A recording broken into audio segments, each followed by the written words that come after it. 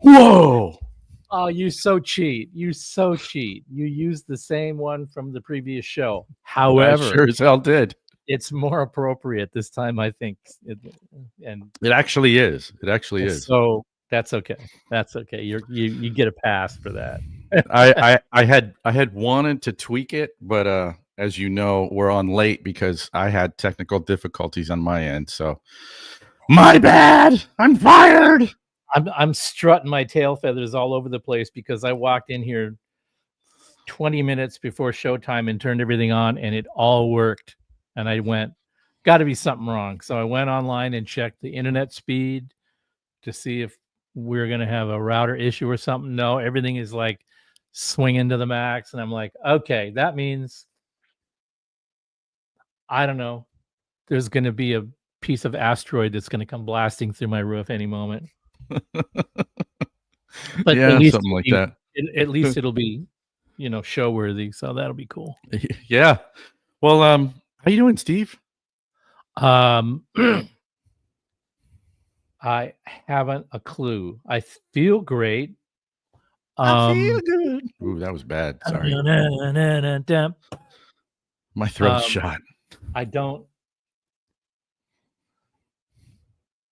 Everything is just happening so fast all the time.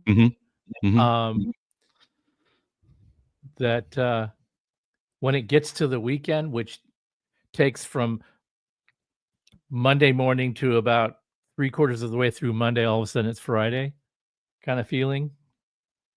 It feels incredibly productive. We've got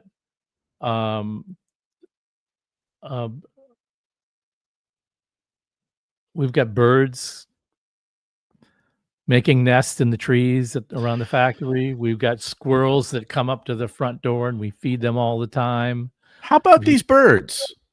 I've heard 2 new bird calls in my neighborhood this week. It feels like the LA bird population is going ham right now. Something like that. There's a couple of there are mourning doves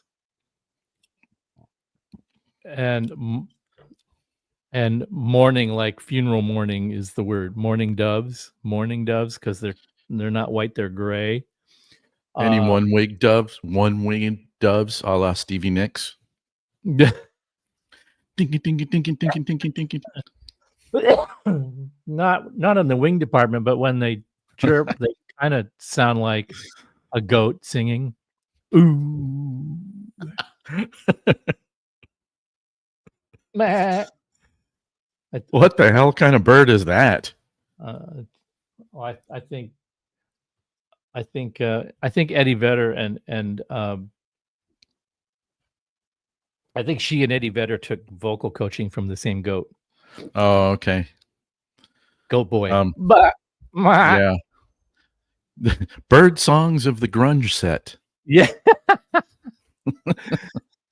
Although I do love Eddie Vedder. I think he's a bit of a force of nature, isn't he? Sure. Yeah. And so but you're doing well. Doing well. You look good. You look healthy. You look happy. I've lost some weight. I've gained some. Like 3 weeks ago or so, we got COVID everywhere. We all had COVID, and that affected diet. So I decided, well, I'm on this roll of eating light and lots of fluids and vegetables and no junk food and stuff like that, and no alcohol. And so I decided I'm going to stay on that train as long as the will allows. And then love that. And then the weather's been nice, and so the park just down the block from us, we've been going out and doing laps around the park. So and we did that this morning, got up early and went around the park, and yeah, I'm feeling pretty sharp. Things are going smoothly at work. It's very busy. We're back ordered on everything. We've got 3 new products in release that we're shipping that are already sold out, and now we're having to tell people that the next shipment after the end of June, all the shipments that we're doing between now and the end of June are going to pretty much wipe out most of what we've produced, except for a couple of items and then the next time we ship is probably going to be the beginning of September. So July we're going to be, building up the production inventory again, and then we'll start shipping again in September. So that's pretty amazing. And it's just the whole thing about where the factory is, the location and the weather and how peaceful it is and what a nice place it is. And we've got a new staff member now, and he's helping with communicating with customers and dealers and helping with that kind of stuff. And so we're staffing up just a little bit just to manage, everybody's sharing hats, so we have now to take over. While you're bringing that up, it's probably a good time. We should do this now and then probably later in this episode. Just another shout out for, again, the new support forum, just in case folks are showing up and haven't heard about it yet. And by the way, that's working really well. We're getting really good engagement. We're getting a lot of new members every day. There are a lot of resources there. Most people, when they start, they join the forum with a question. I would like to remind people that there are a lot of people participating on the forum, and there are a lot of resources. So when you go there, look around, go to the FAQ area, and kind of look around before you pop in with your first question, because most of the new members over the past week are posting new questions that are already covered in the forum, in the category, in the general category, in the specific product categories, covered a number of times. So take some time to take a look around, get familiar with the place. And hey, I have a question about the forum, because I think you were telling me that this was in the works, or maybe it's been implemented. Is there AI being trained on the forum so people can ask questions and it pulls from all of that yet? It's not on the forum yet. It is being trained. There is a place. There might be a link on the forum somewhere. I don't remember. I haven't really thought about it much because we've just been. But that'll be really useful. It's really kind of creepy, because when I go and look at it and ask it random questions, it pulls a lot of stuff from the manuals, right? Right.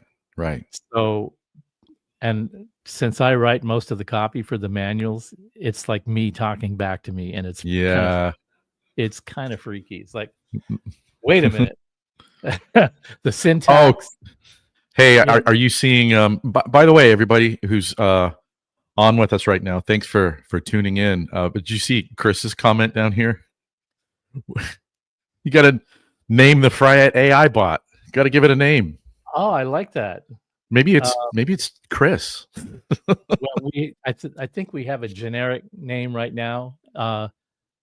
It's I think it's, you might even be able to find it under Fryette Chat GPT or GPT Chat GPT. What? Haven't looked at it lately. I've been looking into. I've been totally wrapped up in design stuff, so I've been in Nerdville for the past 2 months, so that's all I know. I have dreams about product design, and I think I'm awake, and then I realize I'm asleep. So when I do wake up, I go, oh, I was thinking about the immediate project that we're working on right now, but that was a dream.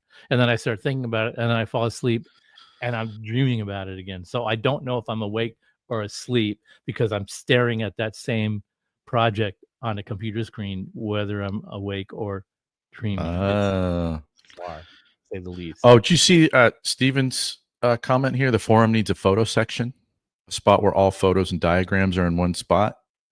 That could be handy. Okay. You know what? Good Post constructive thoughts. Yeah, man. Daniel, who is managing and directing the organization of the forum, will hear directly from you and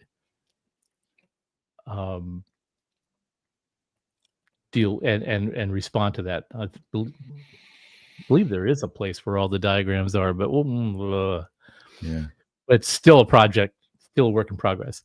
So, how's your voice? You said you were using my voice.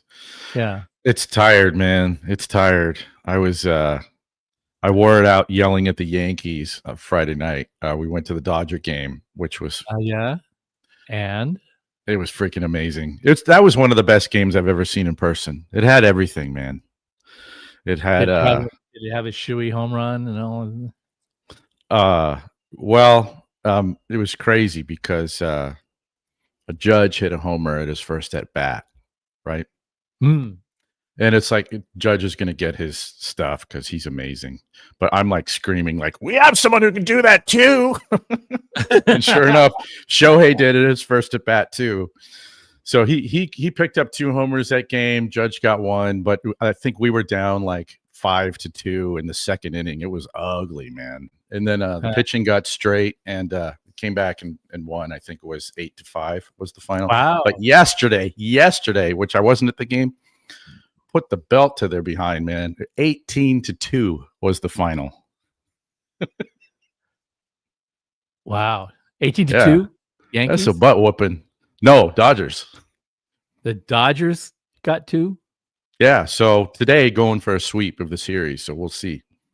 But that was a Yankees-Dodger game as well. Yeah. So, yeah, both of those games are Yankees-Dodgers. Yeah, so they got whooped real good. So, I really wore out my voice on Friday. Well, it sounds just fine to me. Okay. Well, look, we can talk all day long like this, but we have a guest waiting to come on. The poor guy sitting in the green room. Feel that little pinch of guilt that we're like keeping our friend hidden away, and I'm really getting to meet him for the first time right now. So I really don't know Thomas. So if you could give him an intro. Of introducing to you who don't know Thomas Blug. Awesome. And for you who do, one of my probably one of my longest time compatriots in this industry. One of the first people that I met when our company started, that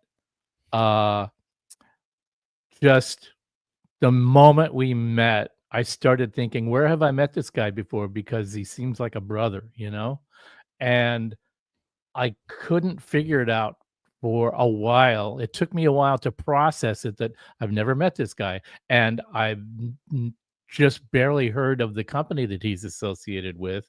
But he and one of the other guys at the company, a sales guy, I believe it was at the first LA Amp show.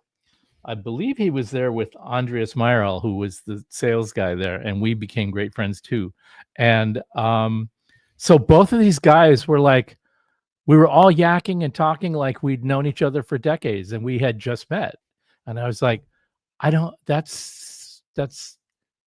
never experienced anything like that before. And we have stayed on that same level since then, which was 1989, the year that late 89 or early 90, where we first actually started making our appearance. And that was his company that he was working at, which was Hughes and Kettner, which had started in 1984. So I don't know, we just hit it off, and we still, every time we converse, it's just like always brothers. And so let's bring on Brother Thomas of BluGuitar. There he is. There he is. Hey guys, nice to meet you. That's a hell of a setup there. Yeah, this is in my basement. You probably can tell that I like Marshalls more than Who more. doesn't like Marshalls? Definitely has the German basement vibe because it looks like either a dungeon or a wine cellar, which is Yeah, this house is built in 1920, so Okay. it is real vintage with the real stone, so no fake. Yeah, that's funny. The building I'm in right now was built in 1920 as well. So, See, and cheers. Yeah. and yeah, cheers. And I have wooden floors with what is it, pitch pine wood from the States, which is a very funny thing in this house because where I live, there is it used to be coal mining and steel industry, and when they shipped like that stuff to the States, they had to bring something back on the ship, which was the wood, and this is what I have upstairs, pitch pine from Wow. California, probably, or somewhere. Yeah. don't you just love history? Now, are you in the city? Or what's the Yeah. nearest city that we would all know that you're located in? It's probably Frankfurt. My city is called Saarbrücken, and that's everybody knows Frankfurt. Some people know Ramstein Air Base, the big U.S. military, Mannheim, and there's a motorway that connects Frankfurt, Germany, to Paris, France, and I'm living right at the border to France. I can literally walk. So I'm here on the hill. I go down where the river Saar is, and I'm crossing this river a little bit up the hill, and I'm in France. Oh, wow. They speak French. Yeah, interesting. Frayette sounds very French to me, Monsieur Frayette.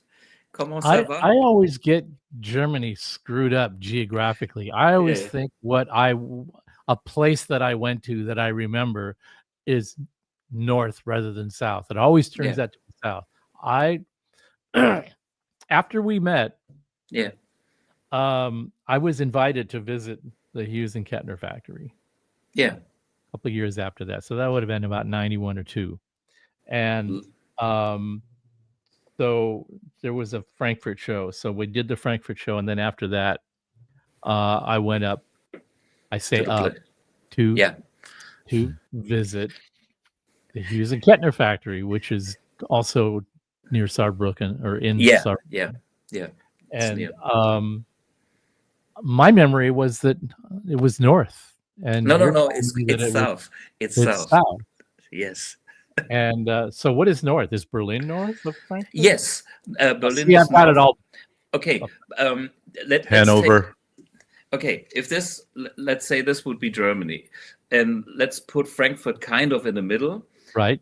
So straight north would be Hamburg, northeast would be Berlin, and then if you go all the way down south, it would be Munich, and I'm kind of southwest, or where this is. Here is France, and and this is like Belgium and Luxembourg and all these. See, I've got it all completely flipped in my mind. East, west, and north, south. I've got it completely fucked up. And I've been to Italy from Frankfurt. So I took the train that you're talking about directly south through Basel. That's the only thing I know for sure is that Basel is south of Frankfurt, and France is right next to Basel. And the reason that I know that the border is really close to Basel, Switzerland, is because I went to visit a distributor friend in Basel, and then they took me to dinner, and we had to cross the border into this little country cafe in France. So we just crossed the border, and there was no border guard at the guardhouse when we went there. And so we went there, parked at the guardhouse, and waited for a second, and nobody showed up. So we just went in. Yeah. Had dinner a couple hours later, and 2-3 hours later, had a nice time. Came back. Now there's a border guard, and he asked a couple of questions, and he looks at me, and he starts asking questions. in French, and he's starting to get a little tense, and he's basically chastising them for bringing me across the border without permission, and like, well, you weren't here. What we're supposed to do? Yeah. There were no cell phones at the time, so it was like, Mm. there's no phone booth around here. Am I supposed to break into the guard house? Right. Call the phone, go, yeah, we're bringing in an American. Is it okay? So yeah, we had to hear from this guy a little bit, and he was very, tisk. There was a little lecture, but he felt it can get tricky for you guys, but I mean, we don't have really border controls between Germany and France and Luxembourg because this is all European Union. But the Swiss guys, they are not part of the European Union. They are. If I have, okay, I'm gigging locally in Germany, in France, in Luxembourg, wherever country. EU, no problem. I bring my own CDs with my own guitar. But if, just like last week when I was playing in Switzerland, I'm going with a tour bus and I have all my CDs with me. And crossing the border means, whoops, declare everything. and luckily they didn't stop us. And on the way out, they didn't either. So nothing was, but I had the same situation in the past, and they asked me to pay money for all my CDs, even they were not even sold in Switzerland. Next day, I came back the same place with the same amount of CDs, or maybe 2 sold or whatever. but you can get into trouble with all these customs things. But that's talking about being a manufacturer. That's another long episode. I don't know. So I'm curious, when you're talking about having to navigate all of that, how is your French? Like, how are you fluent in the languages that you need in order to negotiate these things? Well, they make us learn French here at the first foreign language at school. But honestly, my English is probably more fluent since I use it more often. But today is Sunday here, and I spent a nice day in France with my girlfriend, having a push bike ride along the Saar River Channel, going to a French cafe, sitting there in the sun, and seeing all the French fishermen waiting for the fish to catch. And we were just having Sounds fun. incredible. Yeah. Listening to the guys, what they were talking. Oh, salut, ça va, et toi. So it can be fun. It's fun. That was pretty good. Oh, that sounds wonderful. Your fake French sounds like real French to me. Well, it's a bit rusty, but trust me, I have done clinics in French, in France, talking French about amplifiers, and that's a hard one because the technical terms in French is like réverbération à ressort, which means spring reverb. This is I had to buy French guitar magazines to kind of get an idea of this special vocabulary. Oh yeah, right. Yeah. So it's very industry specific. Yeah. So vacuum tubes here are vacuum tubes. In the UK, they're valves. In Germany, they're Röhren. And in French, they're lamps. Yeah. Ah, la lampe, on plie à lampe. Ça c'est un truc, un petit pédalier à lampe. La lampe, c'est des lampes. Wow. I would just point. Those. Yeah. Help.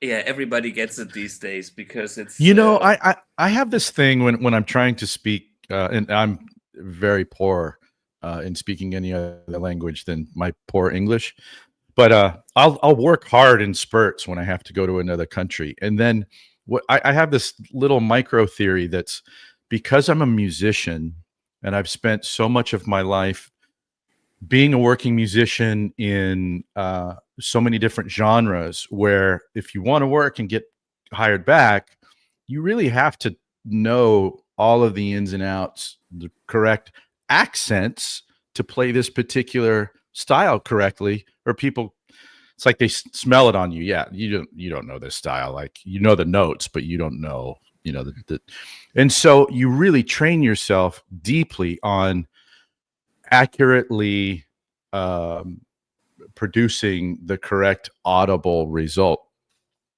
And so when I try and speak in another language, I get hung up on, okay, I'm about to say this phrase and the accent has to be perfect. But as you know, if you wait for that, like the moment's long gone. Yeah. And I'm just stuck there being mute because I'm so concerned with sounding correctly, where I might be with someone who doesn't have any of that together, but they're just boldly bowl through the language and say it all wrong, but at least they're able to communicate. Or I'm stuck on, I want to sound authentic with my 3 sentences that I know. I took German in junior high school. I took German. Okay. Oh, nice. For 1 year, maybe 2. And I'm really bad at languages. I'm really bad at remembering the sentence structure and the verbs and the nouns and all that. I'm really horrible at that. But somehow I liked the accent and saying the words. And so that I took Russian in high school. That kind of stuck with me, although not the language, just the formation of the sounds. Right. I never took French, so I could never do that in French, but I could do it in German. And first time I went to Germany, and I'm having dinner with the distributors, and they're asking me if I can speak German, and I go no. And so they're talking mostly in English, but they would say stuff in German every once in a while, and I just didn't think anything of it. And then when it came around to ordering food, they brought the menus, and I'm looking at the menu, and they said, "Do you need any help with that?" And I said, "No, I think I kind of get what's going on here." And they're going, "Really?" In that German way, "Really?" Yeah. And I'm going, yeah. Yeah. And so one of the guys says, "Well, why don't you read the menu?" And I went, "All right." So I read the menu, and all of their jaws dropped. Like anything that they said in German that they didn't want me to hear, they felt like they were now exposed. And they go, "You said you don't speak German." I said, "I don't. I just remember how the words are supposed to sound. I don't know what I'm reading, and I don't know what this page is saying. I'm just pronouncing the words because that's what I remember from junior high." And they were like, "Bullshit." I'm like, no, wow. I really don't know what I just read. Yeah. And they were like real careful around me after that. It was kind of funny. Oh man. Yeah, that helps. It helps. My son is, I wouldn't say he's fluent in Japanese, but he speaks it pretty well, and he's been studying it since he was 13. But when he was 7 years old, he could speak Japanese gibberish and sound authentic. Like it was spooky. Like, where's this coming from? He was just so immersed in the culture, and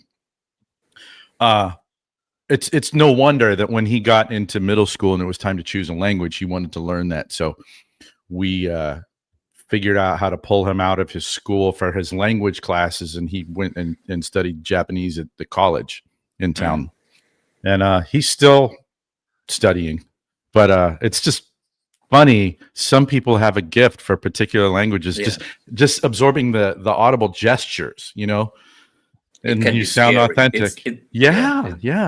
And it's damn sure didn't come from me or his mom, but he could do it. And that sounds, Steve, like what you had. German I could gibberish. I could throw in 3 or 4 words that I did know what I was talking about. And, Reinhold Wagner chastised me over that. You gotta speak German. You all you can do is order beer. And I go, yeah, all right. All right. But that's very essential thing in Germany. What more do you need to do? Yeah. Yeah. we say one beer is already a dish. It's ein Bier ist eine Mahlzeit. Okay, it's like if you want to have food, you can also drink a beer. It's the same. So what are your are you a beer guy? Are you a German beer guy? Yeah, I'm more a beer guy than a wine guy. Mm-hmm. Here in my area, we have both because we are close to like the Rhine River, and we are also close to the Mosel River, and they have good white wines. You know, I mean, we are not in Italy where it's, the climate is best for red wine, or Spain. Yeah. But white wines are pretty good. But I'm, musician. I have a beer. I'm not a heavy drinker, but I have fun. When I was younger, of course, I went for the to check out where the limits are. Sure. Right. Yeah. Yeah. Yeah. So are you a German lager guy? It's a Pils. We call it. Oh yeah. Yeah. Okay. That's kind of Pilsner. Pilsner. Not too sweet. A little bit bitter. And some people here in my local area, the beer is pretty bitter. But once you get used to it, it's like, hey, what's wrong about it? Yeah. And then when it's like spicy food. If you go for like regular light beer, it's like, oh, okay, it's just call it. And Germans are really serious about how the beer is poured, and it has to be done properly. And there's no tolerance for. No, I was hanging out with a bunch of people. We're at this really busy place. Yeah, we ordered. There was a dozen of us, and we're waiting forever for the beers, waiting and waiting and waiting and waiting. And finally, a waitress comes around with 2 trays with 20 beers on it, right? She comes over and sets them down. And one of the guys at the table leans over and whispers or something in her ear, and she picks up both the trays and goes away. And we're like, what? Oh. No, that's mean. That's mean. And I said, what was that about? And he goes, that's just really bad form. And I go, what? And there was no head on the beer. Yeah, and he sent back 20 beers because they didn't have the right foam. Yeah. It's important. We are not English. The English they wipe it off. Right. They put it straight to the carpet. This is when you go to an English pub. You know your shoes kind of. Yeah. No, in the German pub, the floor is rather clean, and the beers have to have that. Yeah. Nice form on top. She didn't even flinch. She just went, well, okay, and then a little while later came back with everyone had the perfect 3/4 of an inch foam on top. That's a sign of freshness, and if it's not fresh, you don't want it. Hasn't been sitting around on the bar for 20 minutes. That makes sense. No. Yeah, I can get with that. Well, so Thomas, I'm wondering, what is your first recollection of connecting with Steve? Since he was talking about remembering meeting you. Yeah. What's your first? Actually, I forgot about the LA Amp show. I remember the show now, and since you brought it up, I have several other meetings at NAMM show where I came to your booth, and I was always checking out your things. I have memories from the sound booth where you demoed some cabinets, and there's every NAMM show I try to make around where I see people like Steve, and Steve is always on my list because he is some asshole at the show. He has always interesting products, and maybe I'm this German guy that wants to have that does weird products, why don't you do a single channel amp that whatever is just clean or something? We Germans are different. We want to have a little tweak here and there. And when I talk to Steve about things, I always have the feeling he is next level. He's more than just a great guitar sound. He's thinks deeper. He has this extra mile, and that's exciting to me. That's truth. No, it's truth, and it's truth. He probably doesn't know it, but I have had his. Just look at him get uncomfortable right now. You can see it. He's like, stop! It's squirming.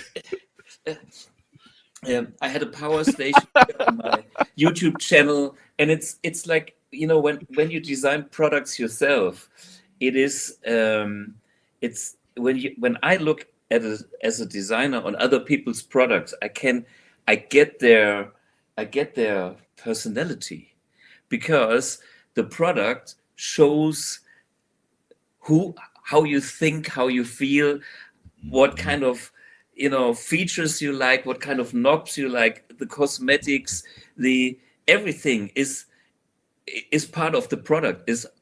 This is part of you. And of course I'm socialized with the good old Marshalls, because my Hendrix face was there, and Richie Blackmore, and this is but being in this industry, going to different companies, seeing different products, it's like sometimes it's like what's new at the Fender booth? Okay, okay, next. But coming to your booth back in the day with VHT or Fayette, there's always something exciting. There's a little detail about this, and that gives me excitement. This is what I take home from a NAMM show.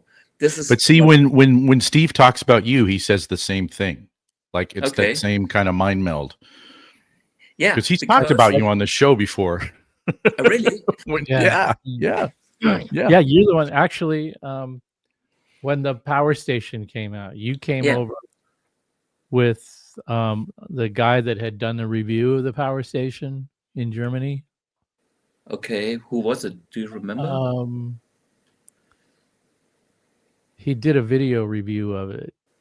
Okay, yeah, whatever, whoever. You guys seem like you were pretty close. Yeah, I know too many people. Yeah, so give me a hint, but anyway, yeah. And you came over and you said you guys both had this. You were on a mission. Yeah.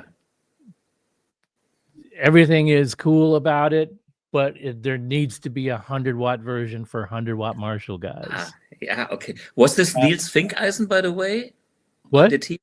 What's the guy that wrote a review? What this guy, Niels Finkeisen, maybe? Maybe. Okay. Okay. Brown hair, kind of slender guy. That really narrows it down. A little bit taller than you. Yeah, that could have been him. Oh, that guy. We'll figure it out later. Okay, no problem. So, I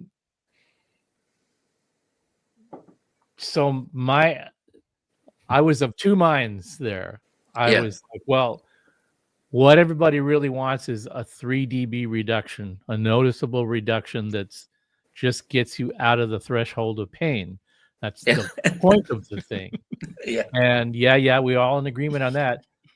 But there are the guys, the 100-watt amp guys that are dyed-in-the-wool 100-watt amp guys, that they want their 100-watt amps to feel under their fingers like a 100-watt amp. They're not looking for that 3 dB reduction. They're just looking to take that last little 10% of pain, threshold of pain, off of it, but not lose the character. Like if you could just have, like if you could just make an amp that was rated 120 watts, that under certain rated at 100 under certain conditions would be 110 or 120, and you could feel that. Yeah, we could just dial that back so that if it was in the 80, 90 to 100 watt range, where a 50 watt is decidedly not enough for a powerful drummer or a bass player with an SVT, you just get right up to the threshold where the volume is right, but the headroom starts running out. So I understood immediately what he was talking about when they said that, and I said, yeah, it makes sense to do that, but in this small box, we'll have to figure out how we're going to get that much power in that little box, because I didn't want to make a bigger one. And the reason I didn't want to make a bigger one was because Rivera had just come out with the Rock Crusher at that time. Oh, I remember that. I looked at that, and it was this giant box. Yeah.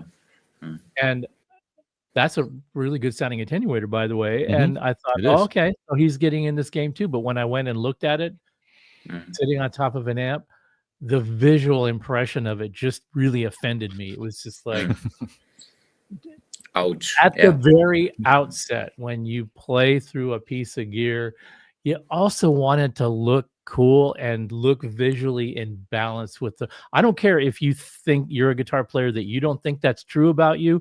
It is true about you. Yeah. Because if you don't care about that, you don't care about any aspect of the look of your gear, and your whole rig looks like crap, and you don't care. If you really don't care about that, everything, your guitar looks like shit, your pedal board looks like shit. And I've known guys like that where that might be me. I knew a guy that had a pedal board where he remodeled his family room, and it had this old paneling. Hey, look at that! That looks nice. That looks nice. That's my 61, not cleaned for a year. Yeah, and great. I mean, that's another story. But anyway. Guy that had a piece of paneling that he had ripped off when he took the paneling out of his rec room to remodel it. He took a piece of that paneling and put a piece of coat hanger on the edge of it, drilled 2 holes in it, and made a handle out of a bent coat hanger. And he didn't cut this piece of paneling square out of a bigger piece of he just broke it off. So the rough edges, it wasn't square, and he threw 3 or 4 pedals on it, and he did weddings and funerals with that, and that was his rig, and it looked like garbage, and his amp was a broken down Roland Cube. Yeah, Cube 30 that was trashed, and his guitar was made up from a bunch of different parts, and not in a cool way. You know, it was like looked like it was, oh, here's a neck I found in the gutter, that should work. You know, kind of. There are those people, and then there's the people that I think most guitar players that are demonstrable guitar players that are out there presenting an image. They want their gear to back that image up, and everything needs to look a certain way, and everything has to be of a certain scale. When you stack stuff on top of other stuff, you see this all the time. When somebody designs a head to go on a cabinet and they're not aware of the proportions of what do you call it? The perspective. Yeah. They're not aware of the perspective. In other words, when you look straight at a 412 cab and you put the logo in the middle, if you have the 412 cabinet up on a table high enough so that your eye level is at the middle of the cabinet, yeah, you're going to put the logo right in the middle. Yeah, it's got to be perfectly in the middle. And then you put the cabinet on the floor, and now the logo looks like it's 2 inches below the middle. You got this cabinet with this big, giant, goofy forehead looking on the above the logo. It's obviously, I think it's subliminally off-putting to people when they see that. There's something wrong about it. They don't think they're paying attention to it. They don't think they care, but it keeps me awake at night when I see. You know what? Hanging out with Steve, whenever we've moved cabinets, heads around, and we start putting things back together, I'll admit it. I don't really care. I just put stuff up if it's generally straight. I'm ready to go. I'm listening for the sound. I'm just kind of get in and out, do the job kind of guy. Steve's like, hold on. Like, we're squaring up the head on top of the cabinet and like being really anal about it. But I'm thinking, well, this is the same ethos that goes into the design of the amplifiers. And that's why I love the gear so much. So, okay, great. We will make sure that everything is absolutely square and on point. And, you know, I just follow your lead, Steve. Yeah. So, you know, same thing with a head on a cabinet. If you put a head on a cabinet and they're both the head and the cabinet are exactly the same width, and you look at it from where you normally look at it from, standing in front of it with it down on the floor, the head looks like it's an inch wider than the cabinet. If you make the head an inch less wide than the cabinet and then sit it on the floor, the head looks exactly the same width as the cabinet. Yeah. That's a big difference. Yeah. See, and this is what is that, Thomas? This is the amp one that I designed. And you look at this thing, it is already 10 years old or maybe 11. So, but just from the form factor, you can look from either way. The tube is in the middle. This is the little tube. And you know, it looks like a face. It's like two eyes, and whatever happens here. You know, I try to be when I do designs, I try, or my blue box is also looks like a face. I love faces. You know, I do too. Yeah, yeah. And very simple stuff like that. And trust me, you put one knob out of there, it looks like a guy with a dead eye or what. Like yeah. You know, and you see that a fish from 3 Mile Island. Whenever I see a product that is out of balance, it's out of balance. It looks like that product looks like a pinhead. That looks like a guy with a giant forehead and a real narrow jaw. So Brendan is saying that's got a Neanderthal look. You know, when you get everything in balance, and then you have you can definitely relate that to a good facial balance. Yeah. It's symmetry, I believe, is the word. Artwork that doesn't look like the eyebrows are too thick. You know, there's could go on about this all day long because that's where we live. So Thomas, you clearly started your musical journey as a musician first, right? Yes and no. So my very, very beginnings that nobody really knows is I was 11 and my first hobby was electronics. And I was building like hi-fi systems. Wait a minute. Look at this. I have Steve. So I was copying like Bose systems and made hi-fi amps because I was not even playing the guitar by then. I was just listening to Pink Floyd and things like that. And then what happened afterwards was I discovered that I picked up a guitar somewhere at my parents' friends, and then what happened was that they thought, this guy now he's got a new hobby. It's better than electronics, because my problem with the electronics was, of course I was 11 years old. I didn't have a car.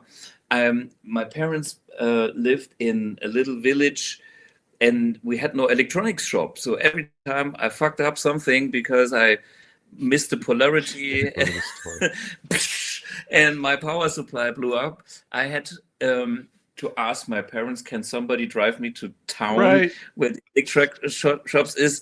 And then they said, I have no time, so take your bike. And then I had to ride with the bike for an hour and a half. Wow. Buy some whatever new resistors and transistors and whatnot, and drive back home, put them in, and go on. Blow it up again. Yeah, blow it up again. So, and then when I had discovered the guitar, this was I was spending more time with the guitar, not needing to travel. So they kind of supported that hobby. And I discovered the guitar, and I was very I started from scratch with I had a nylon string acoustic guitar, but I was a fan of the Rolling Stones. And then I bought a pickup from the electronic catalog, put it on my nylon string guitar, built my first overdrive. And of course, I had feedback with the worst sound ever because I was playing this through my hi-fi system. Then I bought a guitar. So I learned from the totally wrong way. Then I discovered, okay, you better buy an electric guitar then. Okay, I bought an electric guitar, I plugged it in, and still it sounded like crap. Then I built myself a 7-band EQ out of the magazine. Oh yeah, with the, so I could get rid of some of the high ends, and then I bought a decent guitar speaker, and then went all the way, and then I had my first tube amp, and then at a certain point I was fed up with all my homemade stuff. I said, this all sucks. And I asked somebody, what is the best amp for guitar players? And he says, Mesa Boogie. And because why? Carlos Santana was playing a Mesa Boogie. And we're talking 80s, early 80s, very early 80s. There's a new sexiness at that point. Yeah. And I was totally dedicated on getting a Mesa Boogie. So I was looking at papers. There was no internet back then. And I found one. And I had to find somebody that was driving me there because it was a 4-hour drive. A huge thing. I had to get the money. A Mesa Boogie here in Germany back in those days was unbelievably expensive. I mean, probably even in the States. So I was a teenager, 15 years old. I made the money by installing radio alarm clocks in a hotel. A friend of mine who hired me as the guy that was putting in 150 alarms in all the hotel rooms, every floor. You were 15? Yes. Wow. And I had this little saw, and then put in the radio, put it there, other side of the bed, and then next room, next floor, next room, next floor. So, and this made me the money to buy this Mesa Boogie. Once I got the Mesa Boogie, I had this heaviest combo of all times. Which one did you get, by the way? Do you remember which model it was? Yeah, MK2B. It had. Oh yeah, I had one of those. Yeah, cream color. Yep, that's the one that I had the cream too. Yeah, no. I forget what revision it was, but yeah, 2B. It was before mine didn't have the EQ. I mean, I was lucky that I had the Mesa Boogie at all, Yeah. So yeah, and this thing had even this fat tube. You could switch between a real tube input stage and less microphone Fetron thing. So I had that, and I had high gain, which was a cool thing because this was good for my playing. Because teenager, and you had some gain under your fingers. All of a sudden, you sound much better. Exactly. Yeah. And, so this was a big experience. Then I bought myself a Marshall cabinet because the Mesa. You got one of. Look at that. Yeah. Yep. Hot dog. Exactly. Yeah. Fetron. It's very cool. Huh. And then I had this 4x12 Marshall cabinet. It's actually this cabinet. I'm sitting right in front of this. No kidding. No. Yeah. Can you see it? Well, anyway, this is Yeah. So this is the cabinet that I bought when I was 15, 16, and I still have it. You don't still have that Mesa, do you? No, unfortunately not. I sold it because here's the Mesa story. I had the high gain sound of the Mesa and the clean tone was okay, but I wanted to sound more like my heroes, which were all Marshall guys. So I bought the wrong amplifier, basically, and I started to modify that Mesa with I kind of put the gain on half changed a little bit some capacitors to make it a little thicker, and this is all I could do at that time. And I made it like 3 channels. So I had a high gain channel, I had a reduced high gain channel as a crunch style channel, and I had my clean channel. And the next episode, maybe that's still here, is it? No, it's not here anymore. Actually, when I left Valley Arts, just about the time Mesa got their hands on a bunch of those Fetrons, they were buying them from Teledyne. And what they were was 12X7 replacements for telephone equipment.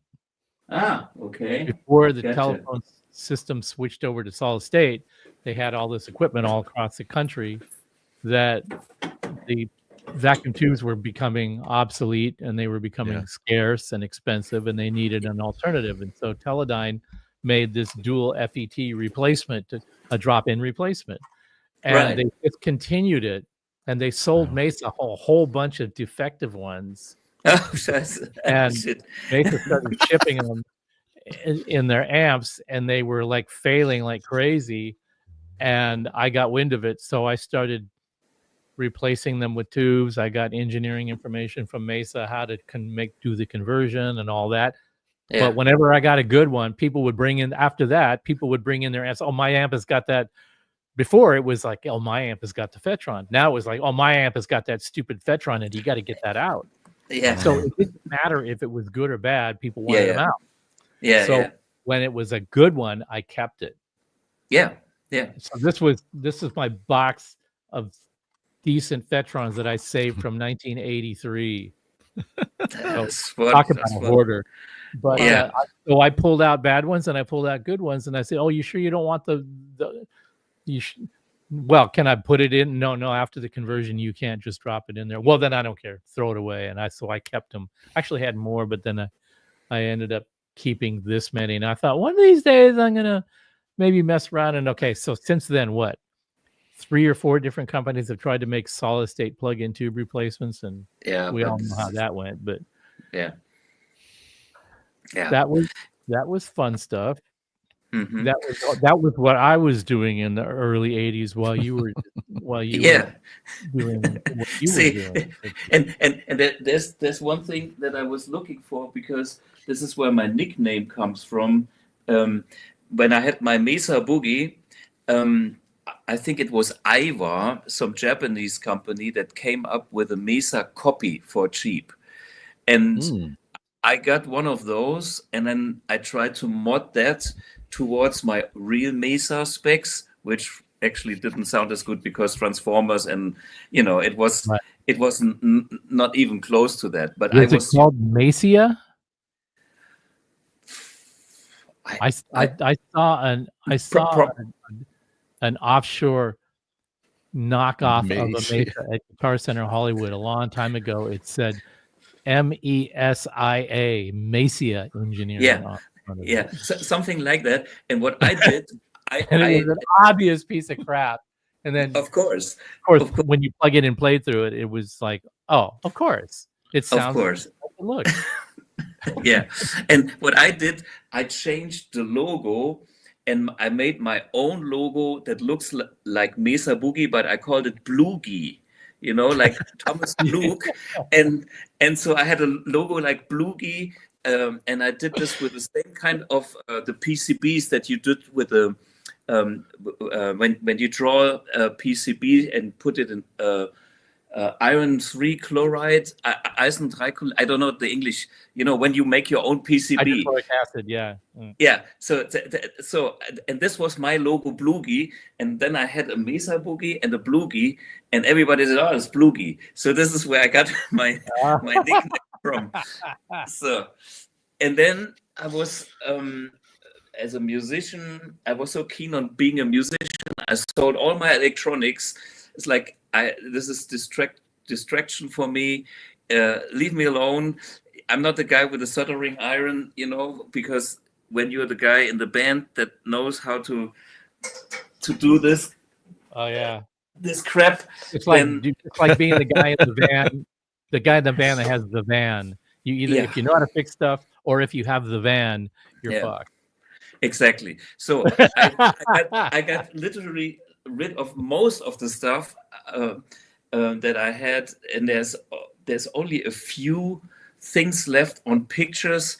And the other day I met a very good guitar player that I was borrowing my 100-watt Marshall that came with this cabinet here that I modded, and I changed it afterwards, and this was like the best mod ever. This was using Gania tubes and whatever. I did not know what I do, and when I changed it to something else, it was gone. It was something.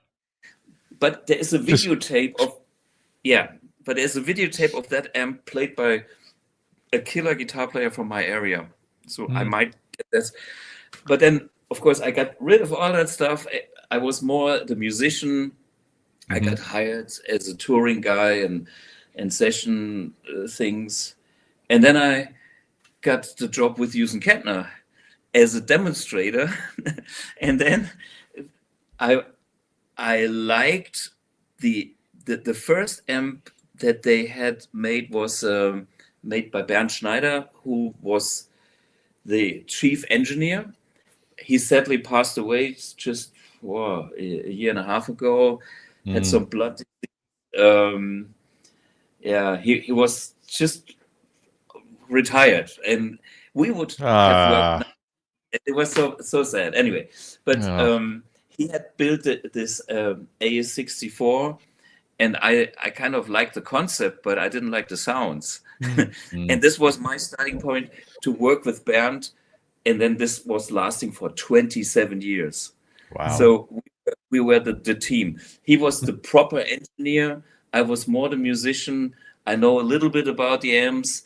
I'm not, I'm not the designer on the level like Bernd was, or even in BluGuitar. I have two experts that I work with that are beyond the knowledge that I will ever get. I understand the cooking recipes of guitar amps. I know what the power amp is doing. I know what sagging is.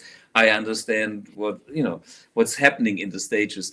But with BluGuitar, I try to get let's say the things that are happening in tube amps with a new kind of circuitry that is all analog but not tubes.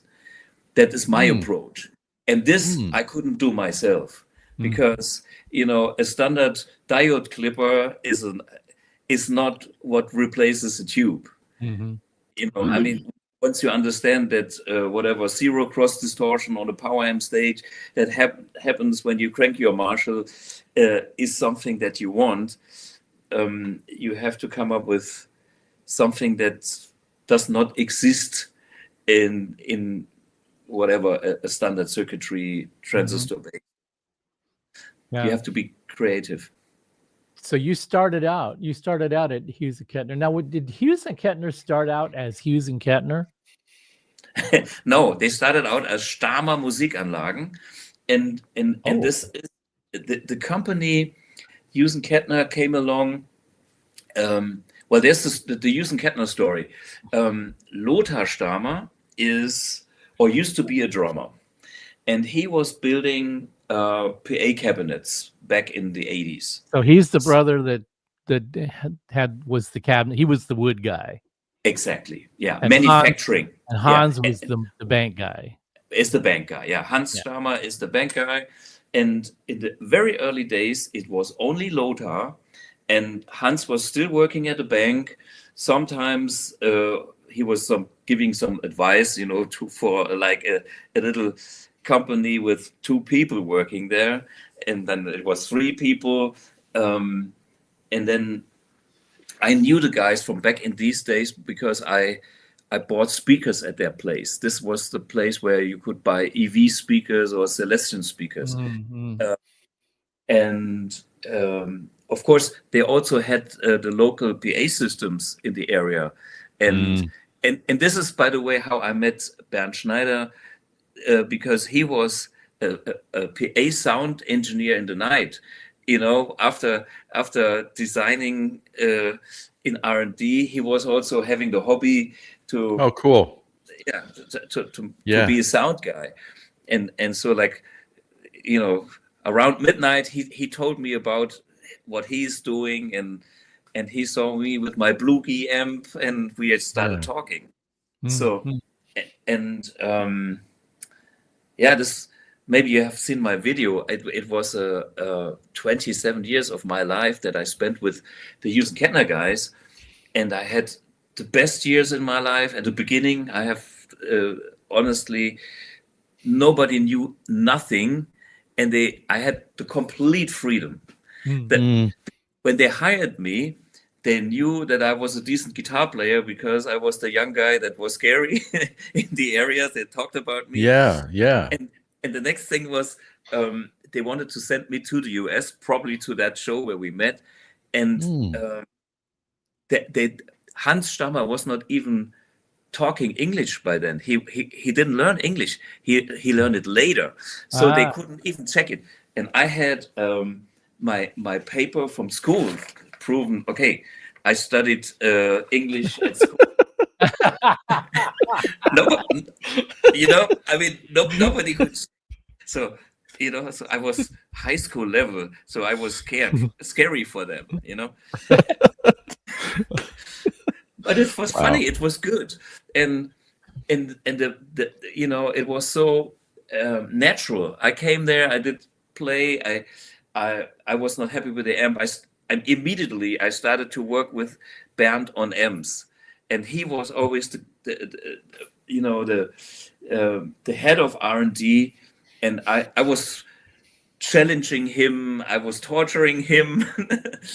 we had all the mental things, we're like, this sounds ugly, and we have to have more overtones in this range and get rid of these odd overtones, and let's try a cathode follower here. No, I'm not doing the cathode follower. There's an extra tube. This costs too much money. We don't not do it. But Bernd, listen to this. This is important.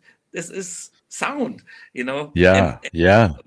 So and was it very passionate. So when did it become Hughes and Kettner? I think it was when they started to attend the first Frankfurt show, because before that it was Stammer, locally sold, and then they had to come up with a brand name to go for the trade show. And this is the logo, and this is Stefan Fischer's handwriting. This is Oh, no kidding. Huh? Yeah, this guy wrote this on a piece of paper, and there was the logo. Done. They're like, you need a logo. He's like, I wrote it on a piece of paper. There it is. It's done. Was that in '84? I think that was '84. So Steve has told the story on this show before about that, but I think it's worth rehashing if people didn't know this or they missed that. The origin of that name. Yeah, see, because this is all the Stammer pictures. You can maybe see Stammer. So this was the local name. Yeah, because that's the real name of the two brothers, Hans and Lothar Stammer. Right. Yeah, and then Stammer, they thought it doesn't sound international now. Let's go big. Let's be international. And I love that. I love that because when I was invited to the factory, there were two really interesting things that happened. But one of them was that I asked which one is Hughes and which one is Kettner. And they kind of looked a little embarrassed, and they said, well, there is none. We just wanted to come up with a name that sounded like an American amp name. Yeah. And I said, oh, you mean kind of like Gallien-Kruger? And said, yeah, exactly like that, for example. And I said, well, that's really interesting. Mm-hmm. And I think it was Hans who said, what's interesting about that? And I said, well, I worked at a music store when Gallien-Kruger first came out. Mm-hmm. When the rep came around to show them to us, the the owner of the store that I worked at, he goes, "So what is this, a German company or something? Where are these guys from?" Yeah. And that's what people thought. They thought it was a European brand. Yeah. Krüger sounds very. I certainly did. Yeah. Yeah. So when I heard that, I just went, "Oh man, it's just like I wish they'd done somebody that like was, from America before you committed to that name." Yeah. So hey, Amanda's asking in the chat, how did they decide on those particular names? Is that lost to history, or like, is there an actual Hughes and Kettner? Did they open a phone book or? No. From what I know, Stefan came up with it. Stefan Fischer was the guy he was our marketing guy. Well, his real expertise was working at a hospital, taking care of people. But he was a drummer, and he was working as a marketing guy because he had a good feel. And he thought, okay, Howard Hughes sounds American. This sounds like that. This can't be German. But Kettner is something like, it has this kind of little edgy, Kettner, a little edgy, little hard. So so it has hard consonants. Yeah. Yeah. So Hughes is warm, it's the tone, and Kettner is the attack. So there's a rhythm to it. Yeah. And this is Stefan. I mean, he's like bass drum, snare drum. Hughes and Kettner. That's simple as that. Yeah, but there's some genuine thought behind there. That's cool. That's cool. Yeah. Huh. Always such an underrated amp company, I thought. Yeah, I mean, it was huge in around 2000, I think. And by the way, there's this tri-amp sitting here behind my guitars, which is a 13 tubes loaded all tube head, which I forced them to do. I always wanted to have something like a Marshall, but then they said, it needs to be special. We're not doing a Marshall, It's like, then let's do a 2-channel Marshall with a super nice clean channel. Well, that's also not special enough. And then I came up with the idea, you know what? We put 3 amps in one. We have a Marshall, Fender, and we have a Vox, or like 3 amps, and we make them A/B channels. So we have 6 channels, and this was the convincing thing. Hans, the guy from the bank, he understood more is more. More money is more. More channels is more money. Is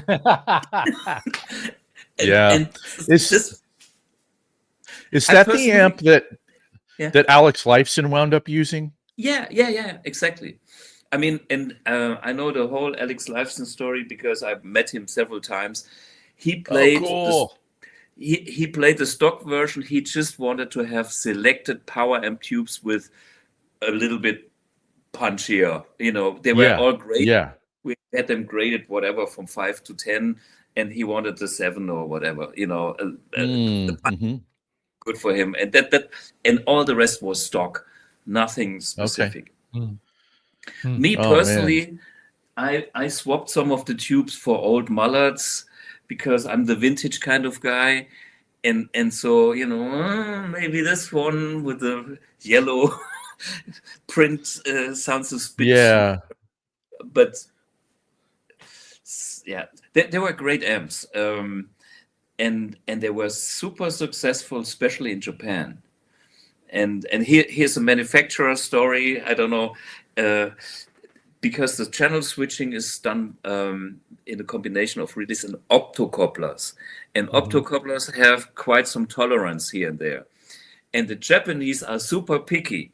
So what happened was there was a huge shipment coming to Japan, and some of the tri-amps had a slightly different plop noise when going from one to the other channel because of the optocoupler tolerances. So I was sent over to Japan, unboxed all the tri-amps, the whole shipment, I don't know, hundreds. And then they, from switching and then picking the good ones and the bad ones. But from what I know is this amp was a real big success in Japan. In Europe, I don't know about the US, but I think people at a certain time, like Eric's lifetime time, it was pretty popular. Yeah, that seemed like the apex of the popularity here. That was the thing that there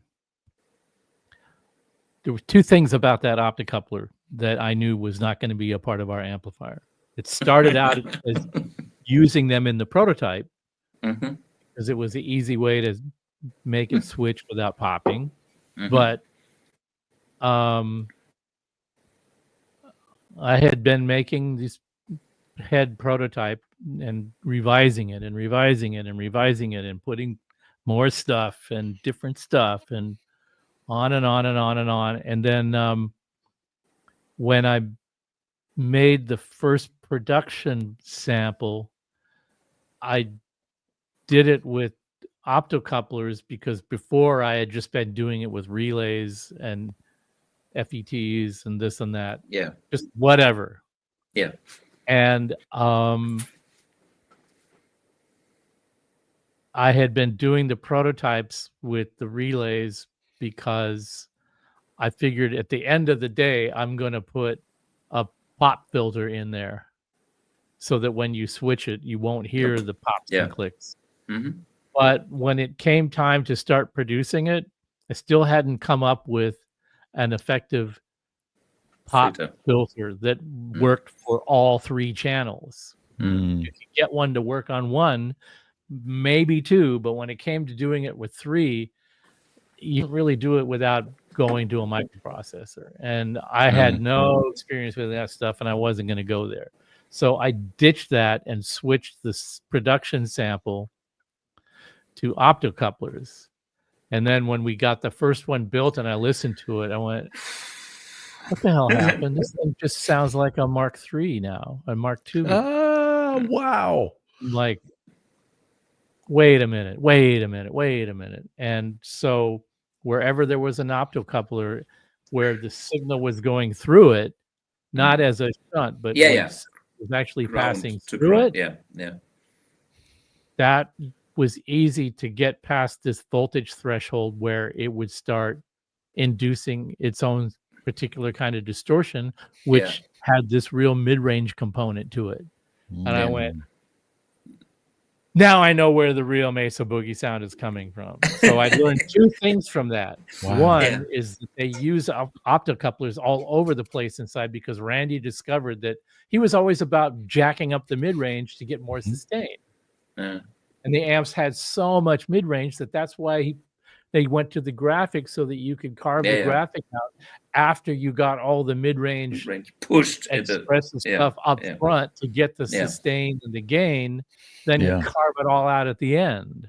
That's where the EQ part of the recipe came in, which was later. And I just went, no. So I discovered that if you use the optocouplers across the signal as a mute, it was okay. But if you had signal going through them, it was not. So I did a combination of those and relays. And there was a little bit of popping and clicking from time to time, depending on how you switch the channels. But I decided that was less important than the sound, and I ran with it. And that was the production sample. I had to scramble and change the production sample before we actually went to production. I had to scrap that sample and do one more. And it was like a scramble because now we got back orders, we got people waiting, we got a waiting list. And the thing that made me tell this story was your story about the stuff going to Japan, because we had the same experience with the power amps. If we were getting messages from our Japanese distributor that the one channel was louder than the other one on some of them, and I said, but that's normal tolerance. It's like, but they are very picky. Japanese are super picky. But your brand is not a normal brand. You're supposed to be the guy that knows how to fix that. Yeah. And I said, in my experience, it doesn't need fixing. It's just the nature of the beast. And there we're saying, no, we're promoting you. You're the guy, and you're the guy that has to know better than everybody else. Yeah. And I'm like, okay, so now they're putting me on this pedestal. And so what we did was we went through and checked all the pots and tried to match them as best we could. Yeah. Because there was no way we were going to buy matched pots. Yeah. It was a stupid expense and time consuming. And I said, okay, I'll compromise with you. I will make sure that when you set the volumes at 12 o'clock, and 12 o'clock is the least accurate part of the pot. It's in the middle. Yeah. That's the one where the most the area where the tolerance is the worst.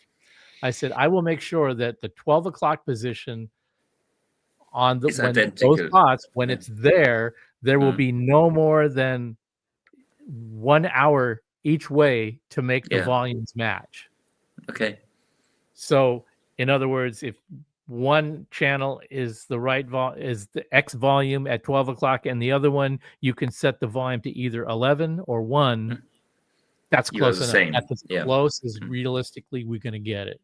And no guitar player is going to hear that with 2 cabs, because the likelihood that they're even using the cabs with the same speakers is going to be out the window. And they went, okay, we'll accept that as long as you can demonstrate that you did that. So we made these little stickers with 2 circles on them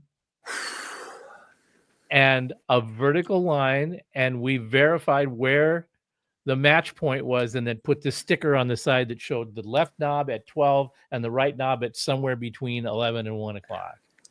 And they accepted that. And we went with that for about 2 years, and then 2 or 3 years. And then we just stopped doing that test afterwards. And they forgot all about it by then, and they stopped asking about it. The problem I found with the Japanese is they want something perfect. It's nearly a religious thing, because especially in sales, if they tell people, oh, yeah, this is the best amp in the world, so they have to use this kind of thing, perfect, best, or whatever.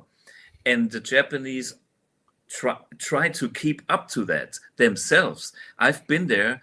I played clinics there, and I was backstage, whatever, 1 minute to 8, and they were getting nervous and said, okay, we can go. Not yet. I had to wait another 30 seconds to be there by 20:000 every time, and not a second too late. And my cable was perfectly, it was arranged. I could have what like a snake. I thought you were gonna say that your cable got snagged on something and you screwed the entire thing up and threw it all out of whack. No. But the thing is, Japanese can be, they love the precision, and it's so important for them. If somebody is not on time, there was once a guy that was 2 minutes too late, and he nearly was.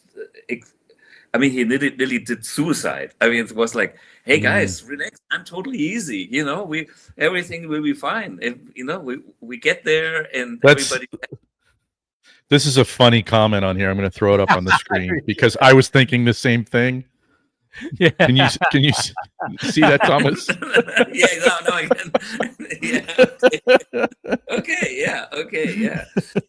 See. And by the way, this is another one for you, Thomas. I think this is directed towards you. Do you have this Academy of Tone? Yeah. Stuff. Oh yeah. That's it. I've done this the other week. But hey, the thing is, me doing the jazz fusion version. I'm a rock player. I have to fake it. I played take 5, but this was kind of only for that stream. Yeah. Yeah. Ooh, I'm happy that I did it, but I'm happy that it's over too. Oh, that's funny. So the guy Victor, who's currently right now in a Guitar Center in Denver, Colorado, playing a Deliverance. Park Meadows. And my first question is, what cabinet are you plugged into?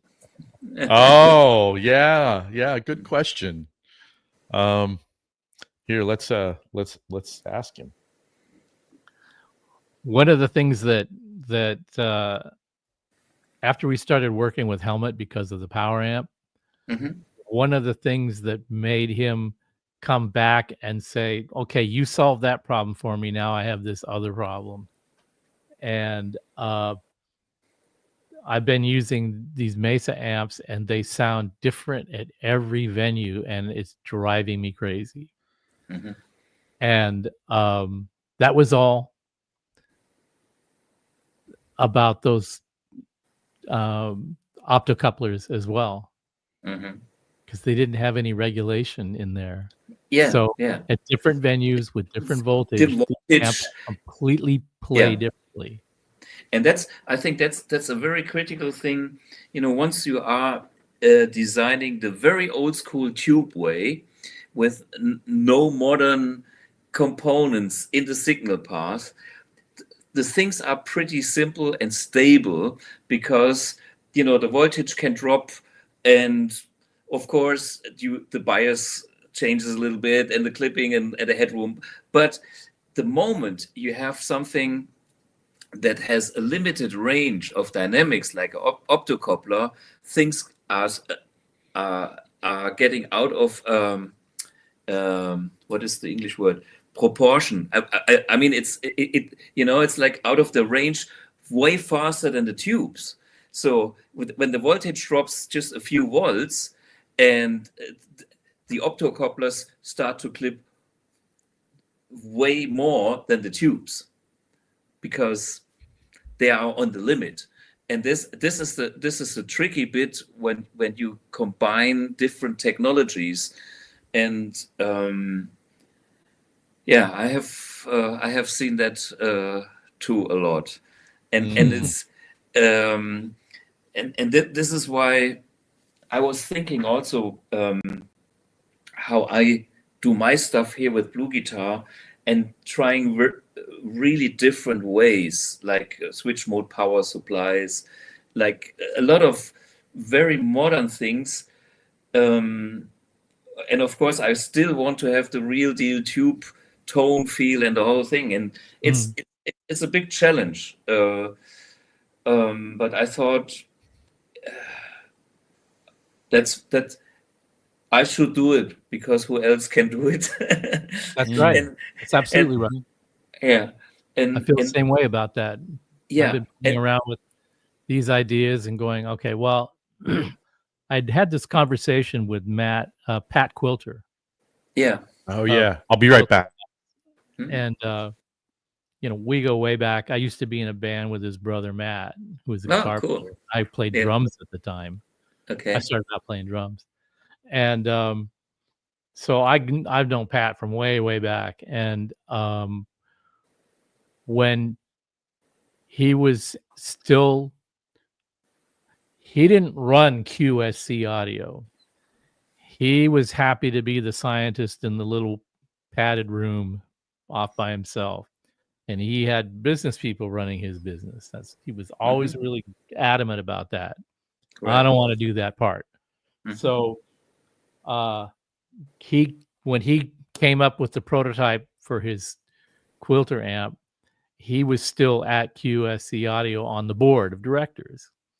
And he brought this amp. He says, I've done all the research. I've done all the QC. I've done everything.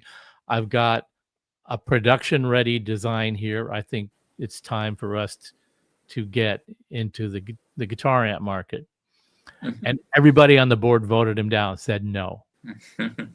And he was already past retirement age, but he was sticking around because he felt like he still had things to do, to contribute. Right. Yeah. And So he was going to keep doing that until he had a reason to not do it anymore. And he was so emotionally crushed by this rejection that he announced that he was going to be resigning from the board. Wow. Yeah. And so he picked a couple of key people and asked the board for permission for these people to jump ship with him. They said, fine, whatever. We love you. We just don't want your guitar amps. That's all. Otherwise, it's still your company. You know, you do what you want. So he took over a portion of QSC Audio, a little warehouse area, a little small piece of warehouse, and he set up Quilter amps there. And when I was talking to him about that, he was asking, you know, me for ideas about what about. He says, I really like what the direction I'm going, but people don't seem to be really understanding it yet. But I'm saying, well, why are you doing it this way? Why are you doing this in the first place? And he said, because it needed to be done. Yeah. And it's the same thing, because I mean, as much as I love the vintage gear, as much as I love a lot of things, I think we all have a story to tell. And that's the good thing. When I look at your products, you go all the way with your story, you know, and I can hear that when I play your products. I can see it. I can, like, who is that crazy to make a power station, you know, like combining a reactive load and putting a tube amp in such a 19-inch housing and with all the little details. I mean, see, I think that's a territory that we can occupy. Yeah. Because we're not this big corporate structure that has to pass crazy ideas. Let's send it to legal and see what they have to say kind of mentality. Yeah. Because the companies don't do these kinds of things strictly out of fear. I know. And this is what I love about what you are doing. You come up with these things and you go all the way. And this is exactly what I do myself too. This is why I came to the conclusion, BluGuitar is my company. If I crash, it's all my money. It's all my risk. I have to report to nobody. The risk is a big thing. I come to your booth and I play your stuff and you explained it to it and I listen to you talk and I go, yeah, exactly. Yeah, there's a picture. There's a picture of you and I. Yeah. At your booth, and it has your back to the camera, and I am intently holding your guitar, looking. You played. Well, wait a minute. I have some maybe. I think Joe's got it, so he put it up in a minute. I think I have the yeah. Here it is. The yeah, exactly. This is we're talking about how you're accomplishing the thing that you're accomplishing, and I'm this is the right approach. We're just having this deep conversation about this. Yeah. And the thing that is our territory that these other companies can't occupy is strictly fear. You have to just like, the power station, somebody's going to say it gets hot. Oh, what is it? It's the product. It's an attenuator. What does it do? It gets hot. Okay, what are you going to do when somebody says, hey, I really like this, but it gets hot? It's like, I really like this car, but when you step on the gas, it just takes off. What's that? It's part of nature, and I mean, this is. I mean, you go for it. I mean, when you do a reactive load, you do it because you know that your whatever Marshall needs a load with which is not flat. Because if it's flat, it's boring. You lose of it. This is why you go all the way with making your load reactive, and and you do all these little nuances that really matter, because first you know tone, and you know if you're not going there, because you also have seen the Japanese, you're not on that level anymore. And this is what I can feel at your products. It's like you are on a mission and you go all the way. And this is there is definitely a mission there, because once you get on that, and it's funny about that whole mentality of being on a path, because you see this all the time in other companies where we're on a mission from God. Yeah, where they're saying, well, you know, you see these seminars where industry people get around and talk about thinking out of the box and all this, and I'm standing there going, what is this box, and what is the inside, and what is the outside, and how do you think your way out of a box, and how did you get in the, and what is, screw this fucking box, why what'd you get in the box for? A box, if you start talking about a box, that means you're introducing the people that you're talking to the idea of the limitation. Yeah, and that's bullshit. And that's bullshit. The idea should be is free. You're telling people that they're not using their imagination, and they should. Yeah. But the analogy of being in the box or out of the box is wrong, because how did you get in the box in the first place? You have to start asking all these other existential questions, and then everybody's like going, shit, you're really making my brain work now, and I don't know how to react to that. As opposed to you either get an inspiration and you follow that thread, and then it starts showing you what the next step is and what the next step is. And if you don't go on that journey, you're never going to find that. So you have to take risks. You have to do stupid shit. We do it all the time. I always say to people, what is your inspiration? Well, if it caught on fire, I think I'm on the right track. Yeah. Well, two things. We talk on this show a lot about products that really flopped in the marketplace. Okay. That are sometimes ridiculed in retrospect, but we talk about how important it was for somebody to take the first shot at it, right, and to flop, because that paves the way for, okay, not a bad idea, maybe not the best execution, let me take a crack at that. Sure. And then over time and through all of these iterations, we wind up with something like the Power Station. As opposed to a mentality kind of person would go, we don't want to do anything like that because that was a flop. I was like, no, that's a it didn't sell the first time. Why would we want to do that again? Yeah. You know? Yeah. See, and this was my conflict in the late days of using Kettner, because in the early days, they trusted me. I was doing things like Tube Men. I mean, Tube Men, I tell you, the size of this box is because it fitted in my hard case for my 61 Strat in the compartment.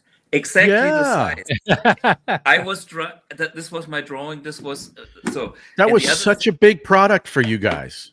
Yeah, and the other those things were everywhere. I mean, maybe you remember these sound machines. Oh yeah. I mean, they had a preamp tube and a power amp tube. Preamp system. I totally remember that. I thought that's what got me interested in using Kettner in the first place. I went, okay, now these guys are like thinking about stuff. Mm-hmm. Yeah, and so this, you know, this was also crazy things that I found are important to do. Wait a minute, I think I'm losing my audio here. Are your do you have your AirPods in? Are they dying? One is dying. I just refreshed this one. And okay. I'm carrying on. German guy to have a backup set, right? So I think this is a perfect time, Thomas, to throw this question up here from Paul. Yeah. He's saying he's really interested to hear what you have to say about the reasons you wanted to make the amp one. Yeah. Okay. I thought that was one. Because you needed something for another company to copy. Yeah, well, this is the Black Star story. But no, the reason for the M1 was was quite simple. After making an amp with 13 tubes that I was gigging with for 15 years, and then stepping out of the touring business, playing with my own band, lugging around all the gear myself, I came back to the idea of a format like that, and fitting everything in a pedal, so that fits in my gig bag, that is easy to carry and travel and fly. I had fly gigs with a tube amp, and I tell you, this was no fun. Yeah, no fun. It's like, yeah, and therefore I was on the mission to come up with a pedal amp that is no compromise. Okay, at least I was giving everything I knew with my team, and it was a personal decision. I want that thing for me, right. And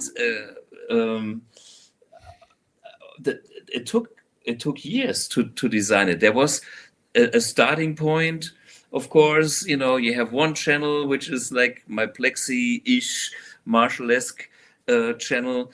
And then I wanted to have also the other sounds that I was used for my Triamp, which were part of what I was using every concert. And so I wanted to have a bit more flexibility. And then it ended up in this Amp 1. For me, well, the difference between a marketing guy pitching that to a team and a person like you pitching that to your team is, first of all, you know exactly what it is that you want. And you know exactly how it's supposed to sound and behave. And you know exactly how it's going to operate out in the real world. And you're the guy that's going to come back and report back to everybody where you hit a home run and where you missed, and what needs to be addressed next.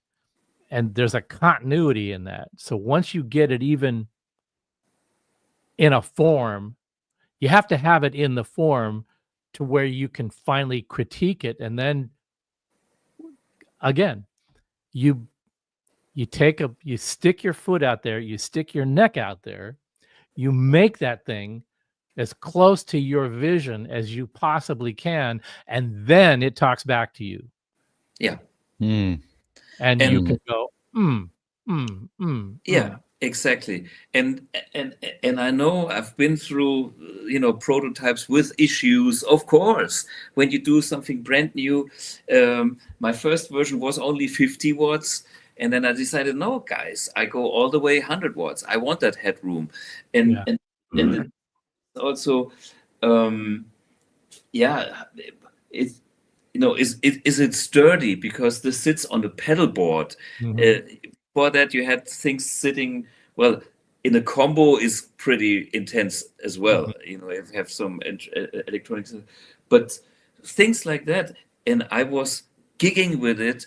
Even I had a Triumph on stage, and I had a prototype of the Amp 1 behind it. The Triumph was switched on for the cosmetics. And wow.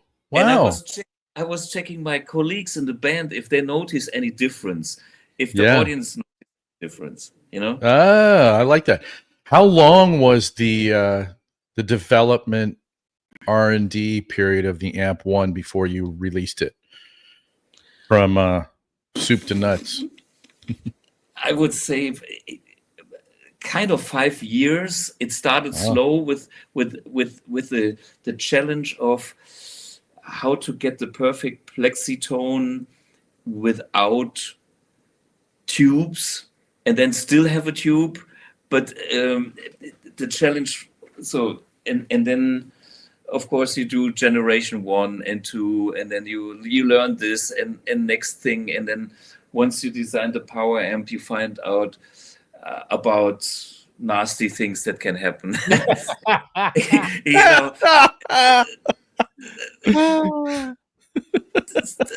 It's a process, and I'm currently on the Amp X, and this is what I think I showed Stephen 3 years ago, and I'm like 4 years too late already, because this is I wanted to have finished this 4 years earlier.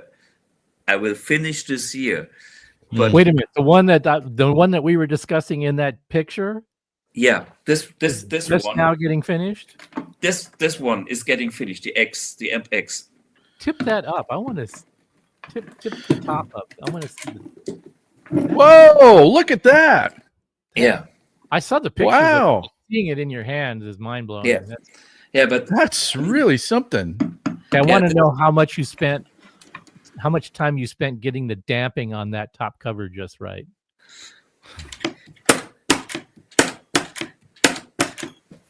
So that it comes up the right speed. Not too fast, not too slow. Yeah, exactly. Because there are oil breaks. Yeah. I told you. Oil breaks. And the next thing is this flip-flop mechanism is now even tested with a machine for 20,000 times, like this. Wow. Well, Thomas, I got to tell you, I don't remember if we did it on the show. Yeah. If we actually did it while we were doing the show, but I remember showing up. It was either on the show or as we were setting up for the show. But after you and Steve had talked about it, Steve came in and was talking to me about it. It might have been on the show, but Steve, you were really excited about what you guys were talking about and his whole concept and everything. Like enough to be like, yeah, I got to tell you about this thing. Well, Thomas is like, hey, I want you to check this out. He didn't have this attitude. You didn't come across like, yeah, I'm not sure if what I got is good or anything. I'd like to get your opinion. It wasn't like that. It was like, come in here. I'm gonna put this guitar in your hands, and you're gonna be excited.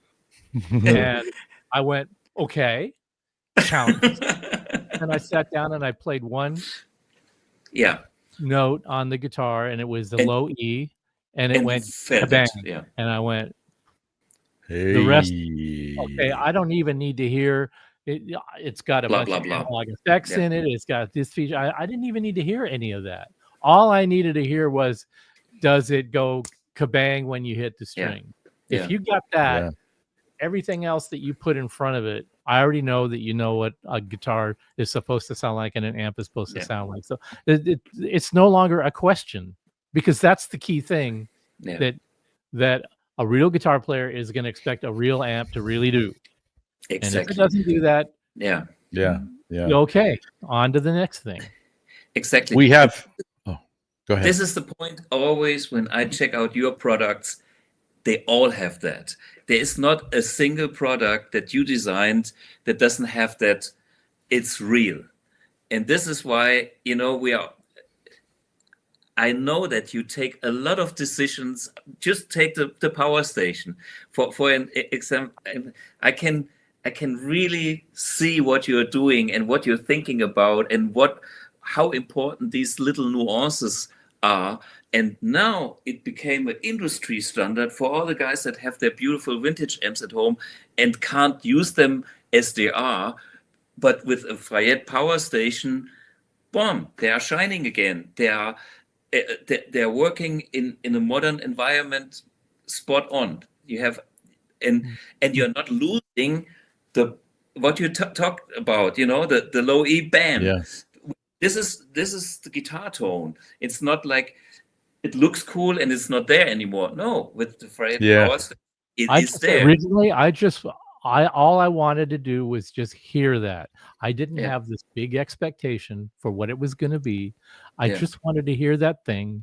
And then when other people heard it, I went, okay, other people can hear it. Yeah. Great. And from then on, all of the other stuff that got added onto the perception of it didn't come from us. Yeah. It came from you. It came from all the other people out there that I've rediscovered that became part of our marketing, but not because we had this brilliant marketing team, but because we kept hearing it so many times. We figured, well, it must be true. Yeah. I've rediscovered you name the amp. I rediscovered my blank, your amp here. Whether it's a 1 watt amp, a 5 watt amp, a 20 watt amp, a little combo, a big amp, people are trying to like, we're getting this. Can I plug my SVT into there? Yeah, you can. Yeah, it really became a little bit like a prism, where you could split light up, and you really could look at your amp from different perspectives than you ever had before. Yeah. Thomas, we have another question for you, actually. Yeah, please. So this is from Rubber Duck Tech, asking, I know the tube in the amp. You see it? Yeah, I see it. It's Great. Not a phase inverter. Okay, this is the thing about amp one and the common knowledge. Usually people go, okay, the tube, the standard design would be small tubes belong in the preamp, big tubes belong in the power amp.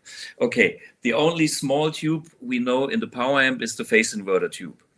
Okay, so this is the way we all think about traditional tube amp designs. What I have done is this is hard to say, but this is the truth. I have no tube in all my preamps. And I can encourage everybody to try my Effect Sense so you can check out if my preamps sound like tube, not being tube. And one channel I'm very proud of, for instance, is my vintage channel.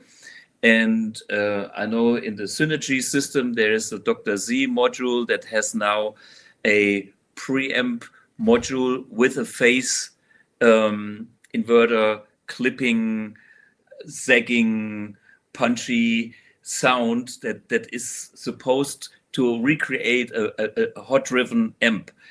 Which, by the way, I have a patent on, and they're infringing on my patent, and they know it. Okay. But please continue. I just had to get that in. No. You should name that because the world should know who comes up with ideas. So good that you said it. I'm very. Yeah. I think justice is all about justice. Nobody gets rich in this industry and blah blah blah. We know. But in fact, I didn't even ask them for money. I just said, all you got to do is put your name. Yeah, let people know who came up with the idea.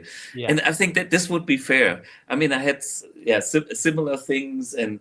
But anyway, I'm sorry, I didn't mean to interrupt. You were saying. But the thing is, like my vintage channel, which is non-tube at all, already has something like that zagging included. But that's only one thing. Now back to the tube. The tube works after the effects loop, like on the effects return. It has an auto bias. So whenever the tube might age a little bit, it will kind of interesting. So it will be consistent sound for as long as it lives, and it lives quite long. Was it 500,000 hours or some specs? This is another weird thing. It's a Russian military spec tube that I still get these days. Okay, is that one of those little mini things? Yeah. A sub-miniature tube that I use. So it is not triode, right? Yeah. And the way it's used, it's not used like a phase inverter. I combine this with some analog electronics to get all the module that's happening in a tube amp, power amp stage, and so that's what it is. I think that's a big part of the way I see tube development going, is that it's the basic tube circuits have already been all created. Yeah. But enhancing the performance of the tube in a modern context is a thing. Yeah. And you've struck upon that, and I experiment with that a lot. The GPDI is like that. I mean, we've got a switch mode power supply, and output transformer driving a reactive load, and preamp tubes for the gain stages and all that. But there is additional stuff in there that makes the tubes behave the way they would if they were in a big amp cranked. Exactly. It's And not just scaling down taking a big amp circuit and putting it in a small box. It doesn't work. Yeah. It's taking a whole amp design, and when you scale everything down, you can't scale everything down. I have this conversation with people years ago, a lot, arguments actually about this concept of scaling, power scaling. Yeah. And I would say, show me the knob that when you turn it to the left, the output transformer just physically gets smaller. Show me that knob that does that. And people just got mad at me because they figured I was being a dick. But I'm trying to make being a malcontent. Yeah. Yeah. That there's, you don't just miniaturize a thing, you scale everything to behave a certain way, and then you have to come up with a method that makes that scaling process authentic. Exactly. Behave authentically. Yeah. What I learned is the simple approach of, let's see, there's some pedals out there, they use transistors instead of tubes, recreating a Marshall 800, CVEX or whatever. It's a nice attempt, but it's not the real thing, because the component reacts differently. Even if the voltage and would be at the right clip point and all that stuff would be, it's still a different component. So the question is, what is actually happening in that stage? What is, is it asymmetrical? Is it symmetrical? How is it through the dynamic field, the more input you give? It's way more complex. And in the very old days with the old school tube designs, you had a very simple circuitry tuned to one sound only. And then when everything was luckily in place, the clipping of all the stages came together and made that rich tone. That's, for example, with the Plexi. And that was pure luck. Nobody planned to do that. Exactly. But the musicians figured out, I mean, they wanted to have a loud amplifier, but the musicians figured out how to dial them in. Not too much bass, a little bit more of that, maybe bridge the two inputs and getting less impedance, because 1 mega ohm and it's only 500 and then it's not as bright and blah, blah, blah. And then ignore the engineer or the producer or the club owner telling you that's too loud. No. It's not too loud. It's right. It's right. So, and this is where the magic happened and where the sounds were created. And then we as sound designers, we can learn from what we heard and what we experienced. And that now we can think about a circuitry that does that same thing, but maybe not with the total craziness of that design. And this is the evolution where we are at now. And for me, I'm so happy that I can still do the whole thing on the analog domain as you do, because the digital guys try the same thing and they are also getting better every day.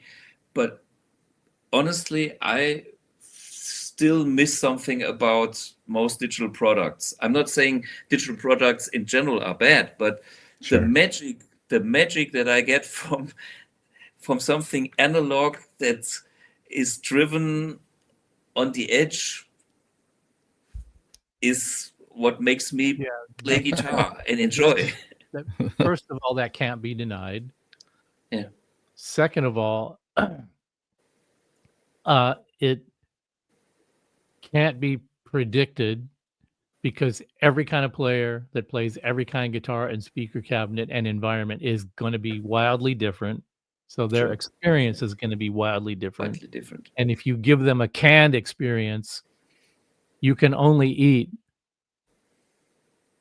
tuna fish out of a can for a couple of days until you can't eat it anymore. You'll go back a year later, 3 months later, something. Oh yeah, I'd like to have a tuna fish sandwich. But you don't do it every day because it's so fucking amazing. You do it because you happen to have I haven't made it to the grocery store, and I happen to have a couple of cans of tuna left and some mayonnaise. Great, I can make some sandwiches. You can't live off of that. You can't do it every day. And that's what the canned digital experience is. It's the same thing. And your playing and your inspiration and your environment doesn't enhance it. You're just You're triggering a thing to produce what it's capable of doing. And I'm seeing more and more of this. People are starting to rediscover what the volume control on the guitar is. For the longest, how about that? For the longest time, that was you tell people about that, and they go, "What does that got to do with anything?" There was a period, and actually, Eddie Van Halen kind of started it because he took the tone control off the guitar and just had the one knob, and he had it up all the way all the time. And he had a dynamic style of playing, and maybe he would turn the knob down one notch or two notches or something, but that was it. Most people kind of like, well, oh, you don't need that knob on the guitar. Well, the rack era really exacerbated that kind of thing because it became just tap a button and then your whole world switches, and we don't have to do this anymore. You know, that's right. I mean, this is the audio now for my earpods. I don't know if you get anything, but that's see, this is my guitar on 1. This is on 2. 4.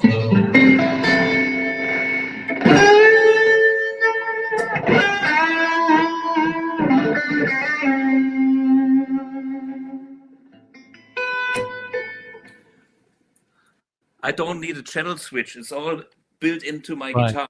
Right. Yeah. It's a little difficult to hear clearly because we have that stupid the echo cancellation on. You know, I think that there's a thing that we learned, or I feel like I learned, but I've discussed this a lot with guitar players coming through the rack era of, you know, having super saturation and then super pristine clean. It's that, you know, I remember dialing in the pristine studio sausage clean kind of tone, and you do it at home, and then you walk out on stage, and as soon as the drummer hits the snare, you're gone. Like it sounds like toink toink toink toink toink, and you're like, it was beautiful and huge. And then I remember learning, like going back to a simpler setup and really going back to writing the volume that, actually it's the perception of total clean. This is where it's at. Not. If you have a little bit of that dirt in there, that harmonic, it gives it this heft that allows it to sit in the mix and not completely disappear when the cymbals start happening. You know, so that kind of dirt, I don't know what we call it, dirty clean. It's not 100%. You know, crystalline clean. Edge of breakup, like that's the best. And then listen to the 40s and 50s recording of a singer.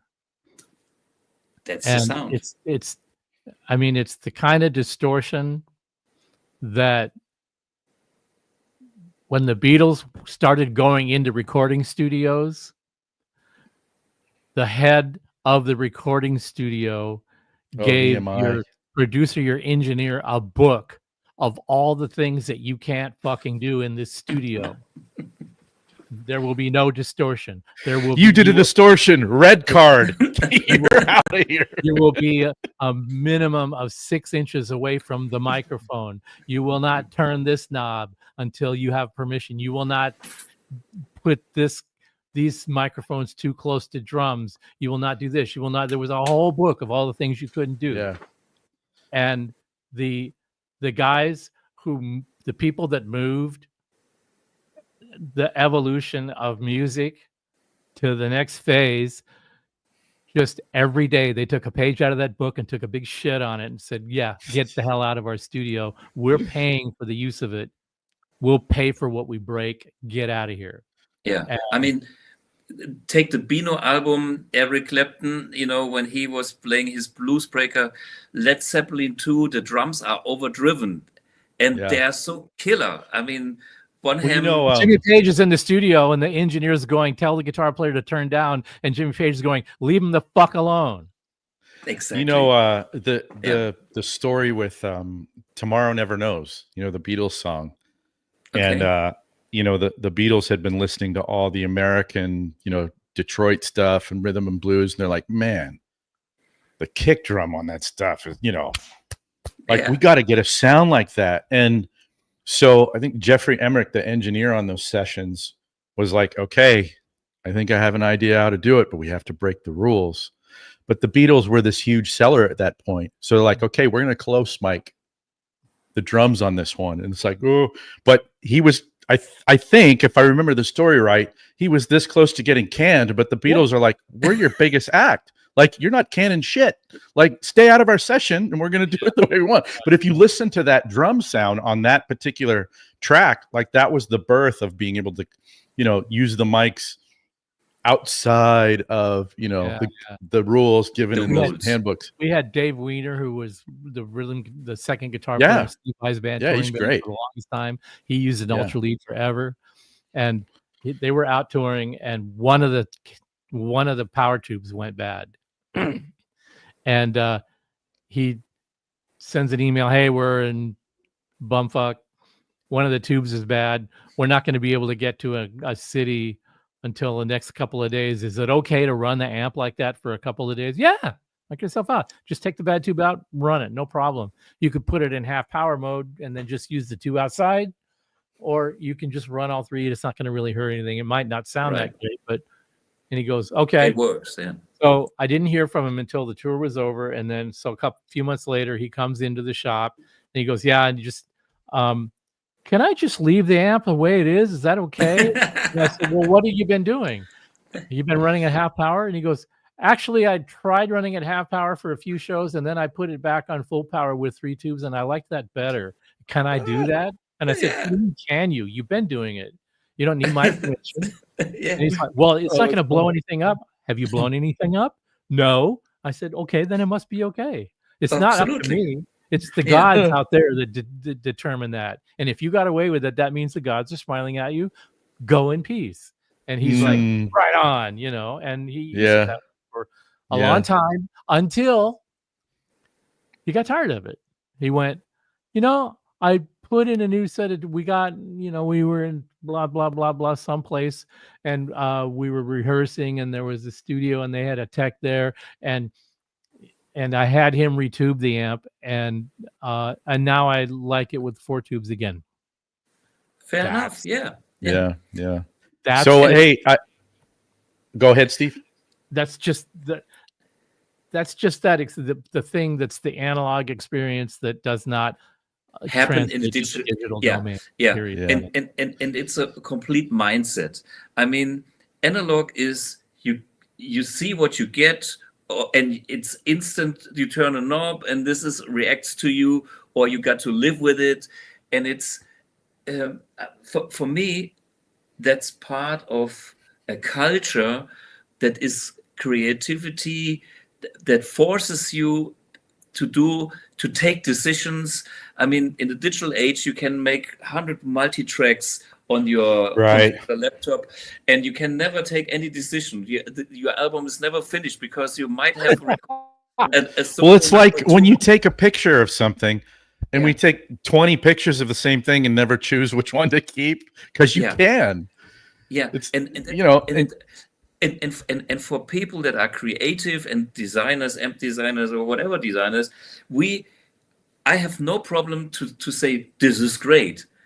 You know, I can tell you in the very first second if the sound is right or not. And sometimes I have this in my R&D department with Julian, my young engineer, and he said, "I was measuring, it's spot on, it's exactly the same." I said, "No, it's wrong." Yeah. It takes 1 second. I know the noise is not the noise that I want to hear. So 2 hours later, I said, "Yeah, you are right, because I did this mistake by measuring this from here to there, blah, blah, blah." But, you know, this funny. But I'm an analog guy that loves to improvise. That's why I still play music. I go on stage, and my band is called Rock Anarchy because we have no set list. We go on stage, we do anarchy, and and the opening song can be 5 songs in one or only 3. I don't know. I feel what is needed. I love that. You know, and it's the fun of it. And I can play even Smoke on the Water, but when it's fresh, it's cool. But don't put it on the set list and make me play it all original. You know? Right. I saw Dick Dale play Smoke on the Water at a club one night. Whoa! Wow! It was. I'll qualify that by saying it was fucking horrendous, but it was hilarious that he at least went there. Yeah, whatever. But it's for me it's a mindset, and I think in this modern world with all this digital stuff around us that has also great things. I think it's so important that we don't lose our confidence what we are doing, and well, I can't change myself because it's too late. You know. Yeah. And besides, we've been hearing about how obsolete what we're doing has been, and it's going to be over with. We've been hearing that for as long as we've been doing this. Yeah, right. Yeah. And all of the things that purported to replace it, where are they? Yeah. All of look, I know we're running short on time, but we have another question for Thomas. I'm gonna pop it up here on the screen. Automatic type pedal, this is not surprising. Okay, everybody wants a rotosphere with BluGuitar. Honestly, I don't think I will go into the pedal market. When I came up with the idea of the rotosphere, I had to convince the Stamer brothers. This was very long time ago. Banker, why a guitar company makes a Leslie effect that comes from the Hammond organ. This was the biggest challenge for me to convince them to do that. And I told them, Jimi Hendrix, the Beatles. Okay, I had a few names. Yeah. And this iconic sound. And I was in the studio using a real Leslie, blah, blah, blah. The funny thing in the end is they said, we have no clue what he is talking about, but we do it. And this became one of the legendary Hughes & Kettner pedals. So, yeah. And what I will do is, for my Amp X, I will do a rotary sound similar to that. But I don't offer this as a hardware thing. I will put it in my... That's a Hughes & Kettner oriented question anyway, and Hughes & Kettner is like just the name has been sold to Thomann, from what I understand. Well, I would, from what I heard, is like Hughes & Kettner. The name is sold. It's hard, but the guys are fired. Only one guy left that will partially work for Thomann, and of course they all have the documents of the products, but how to get production of the products. Oh, so they did get the intellectual property? Yeah. Oh, okay. I understood it was just the name. Well, if they've got that, but then how are they actually going to accomplish that? And what are they going to do better than what the original guys were doing? The problem is, where do they get the R&D power? They need a decent R&D team. And I mean, Bernd Schneider passed away, and they tried to have other people working for Hughes & Kettner when it was still at Hughes & Kettner, at the Stamers, and it didn't work. And now Thomann has this challenge. You know what? Actually, when I went to visit them, the impression I got was that they wanted to have a conversation about maybe collaborating in some way or another. And then after that meeting, it was a while before I heard anything. And then Andreas came back and he said, well, we just decided that wasn't going to be a thing that was going to happen in the company because the people inside there was some people, I think it might have been coming from the top, that it was like, we should maybe try to inject some fresh blood. Although I didn't see why. What I looked at and what I saw around me was, this is something for us to aspire to, not the other way around. So I was kind of curious about all that. And then when I heard that there was some a division over whether that was a direction that they wanted to pursue, and it turned out that it wasn't, I totally understood that. I thought, from what I saw, what the hell did you need me for? You know? But and apparently that they came to that conclusion. But that was in '90s. So from like you say, their peak period was around what, 2000 something. 2000, yeah, I would. So for 25 years they went from like really having all their wheels greased to being gone, which that really kind of freaked me out. It was surprising. And then I saw your video and I thought, yeah, that's really kind of shocking all the way around. Yeah, I think that for me, it's an emotional part of my life that came to an end. Even though I split 10 years ago or whenever, 12 years ago, the fact that the company really got sold is still shocking for me. This is a personal thing. Okay. On the other hand, it also showed me that they could never establish R&D or a team. Let's call it a team. It's not only R&D, a team like it used to be when I was there and some other colleagues. And I know some of my successors were also cool guys. They have been here on my live streams. I know the people, they work for other brands and they know what tone is, and they could somehow, but I think it's hard to put a team together that can get this kind of energy. Make lightning strike twice, right? Yeah. Which is what you are doing, and this is why it's Stephen Fayette from Fayette Amps and with BluGuitar. So we kind of have our we have our sync in ourselves, but once you put a team together, then there's this other guy from the other department that says maybe you should reconsider, and then the whole thing gets nowhere. Yeah. And I think this was maybe one of the challenges. They couldn't really make successful in a way. And now the question for me is what's happening with Thomann. I know that Thomann has very great sales guys, but they have whatever China production, and they probably get some of the products from the same places and can continue that. But what's next? Jusen Kettner used to be, that's also part of, when I was there, I was part of creating the slogan, technology of tone. So tone was, this was kind of Hughes and Kettner, and technology, tone, the kind of idea of combining the two. And for me, the question is, where's the technology and where's the tone? There need to be somebody. Like where are they going to find? Where are they going to find the people that have that talent and that passion in the same in one person?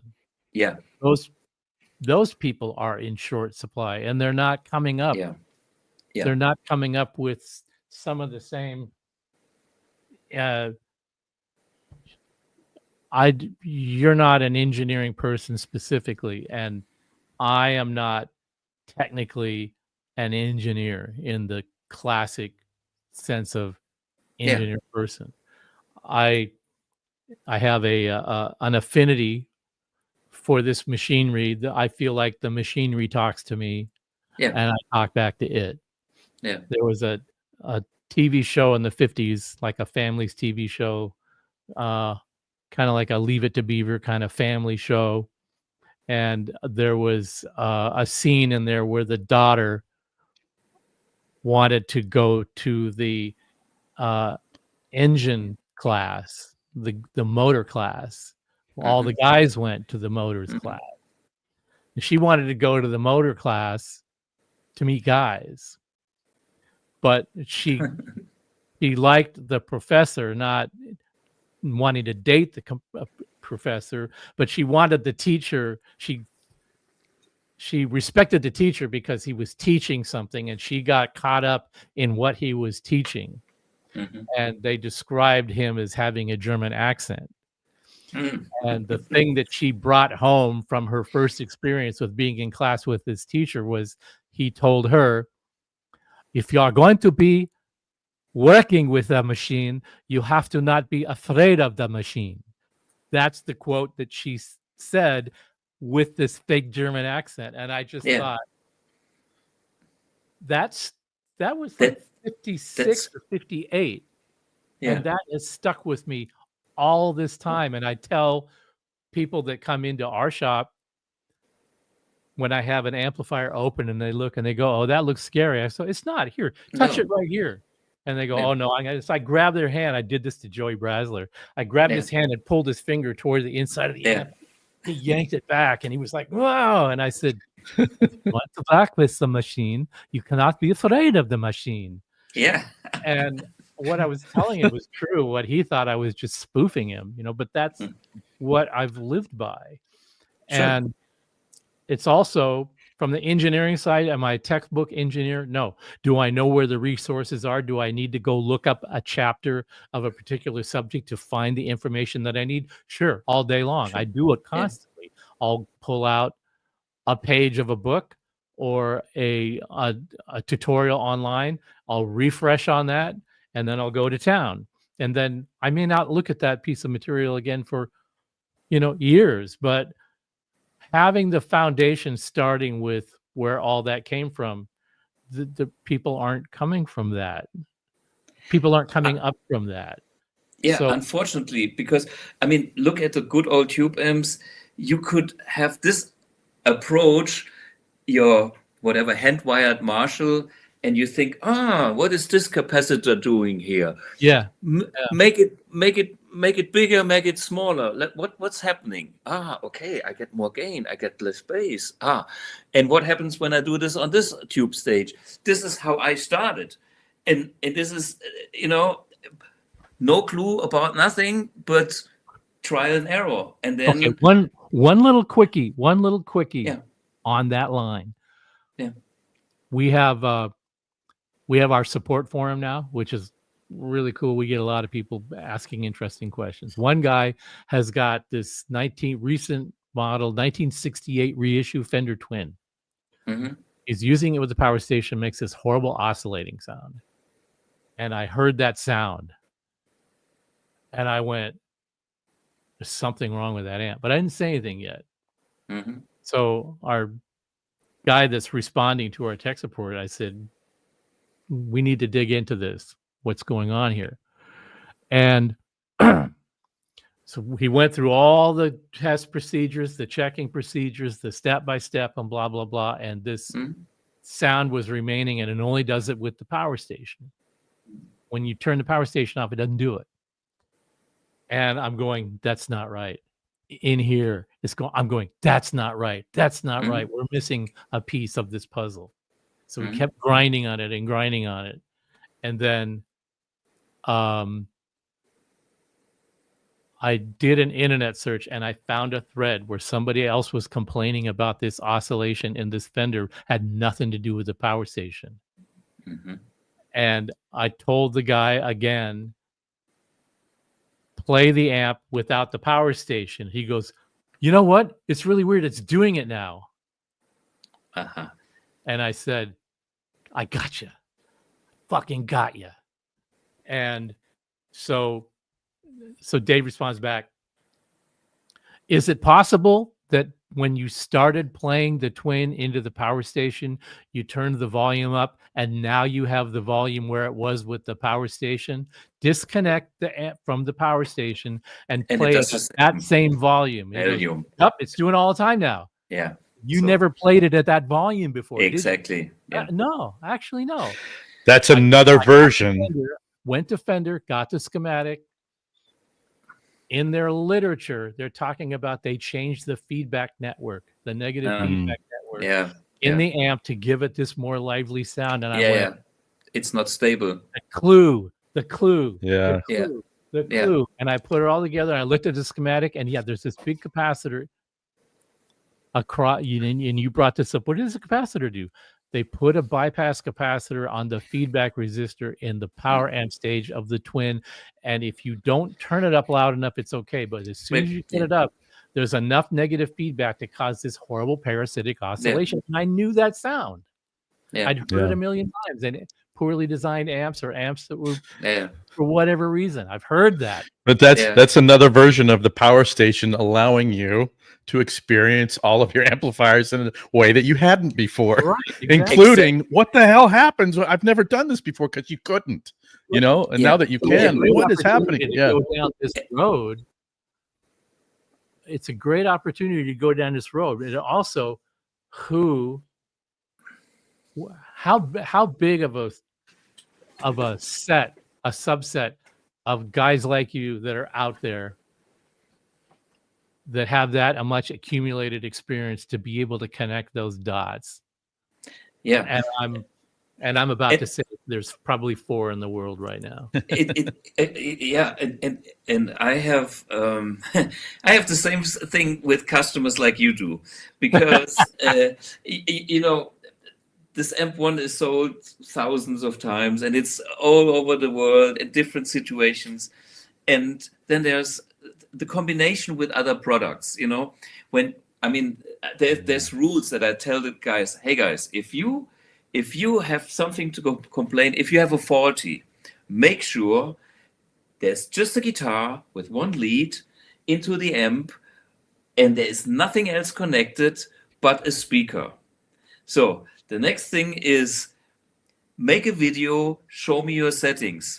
Because, they write a lot of things like, blah, blah, blah, blah, blah. And then whatever, it's the feedback of the microphonic pickups. It can be anything. The moment when I listen to the noise, I can tell where it's coming from. And then there's another thing that we have a lot. I don't know if you have that. It started with the Line 6 HX effects. When they first came out, there was some kind of ugly noise coming in when they had the 4 cable method. My amp has a very high input impedance of 2 mega ohm, and their design was not good. By the way, same problem now with the Fractal Audio VP4, and it is not the amp, because it also does it with some Vox amp, so it's not my amp. But the customer comes and says, oh, the BluGuitar, the Blug amp is kaput, and so kind of isolating the problems and really understanding where it's coming from, plus having to understand, like in your case with the power station, you crank your amp to 10. Who is playing its amp on 10 usually? They've never been there. We have to drag our people kicking and screaming into the next phase of their development as players experiencing new things. You have to drag them along, and they fight you all the way. I know. You still got to keep it up. And then they will finally go, oh. And some guys are, I'm very, Joe? I have a lot of patience and a lot of passion, but if somebody is not, I try to help anything, but there's once every month I have a customer, or every 3 months, that I can't help. It's a psychological thing. It's like, this guy needs to have a problem, and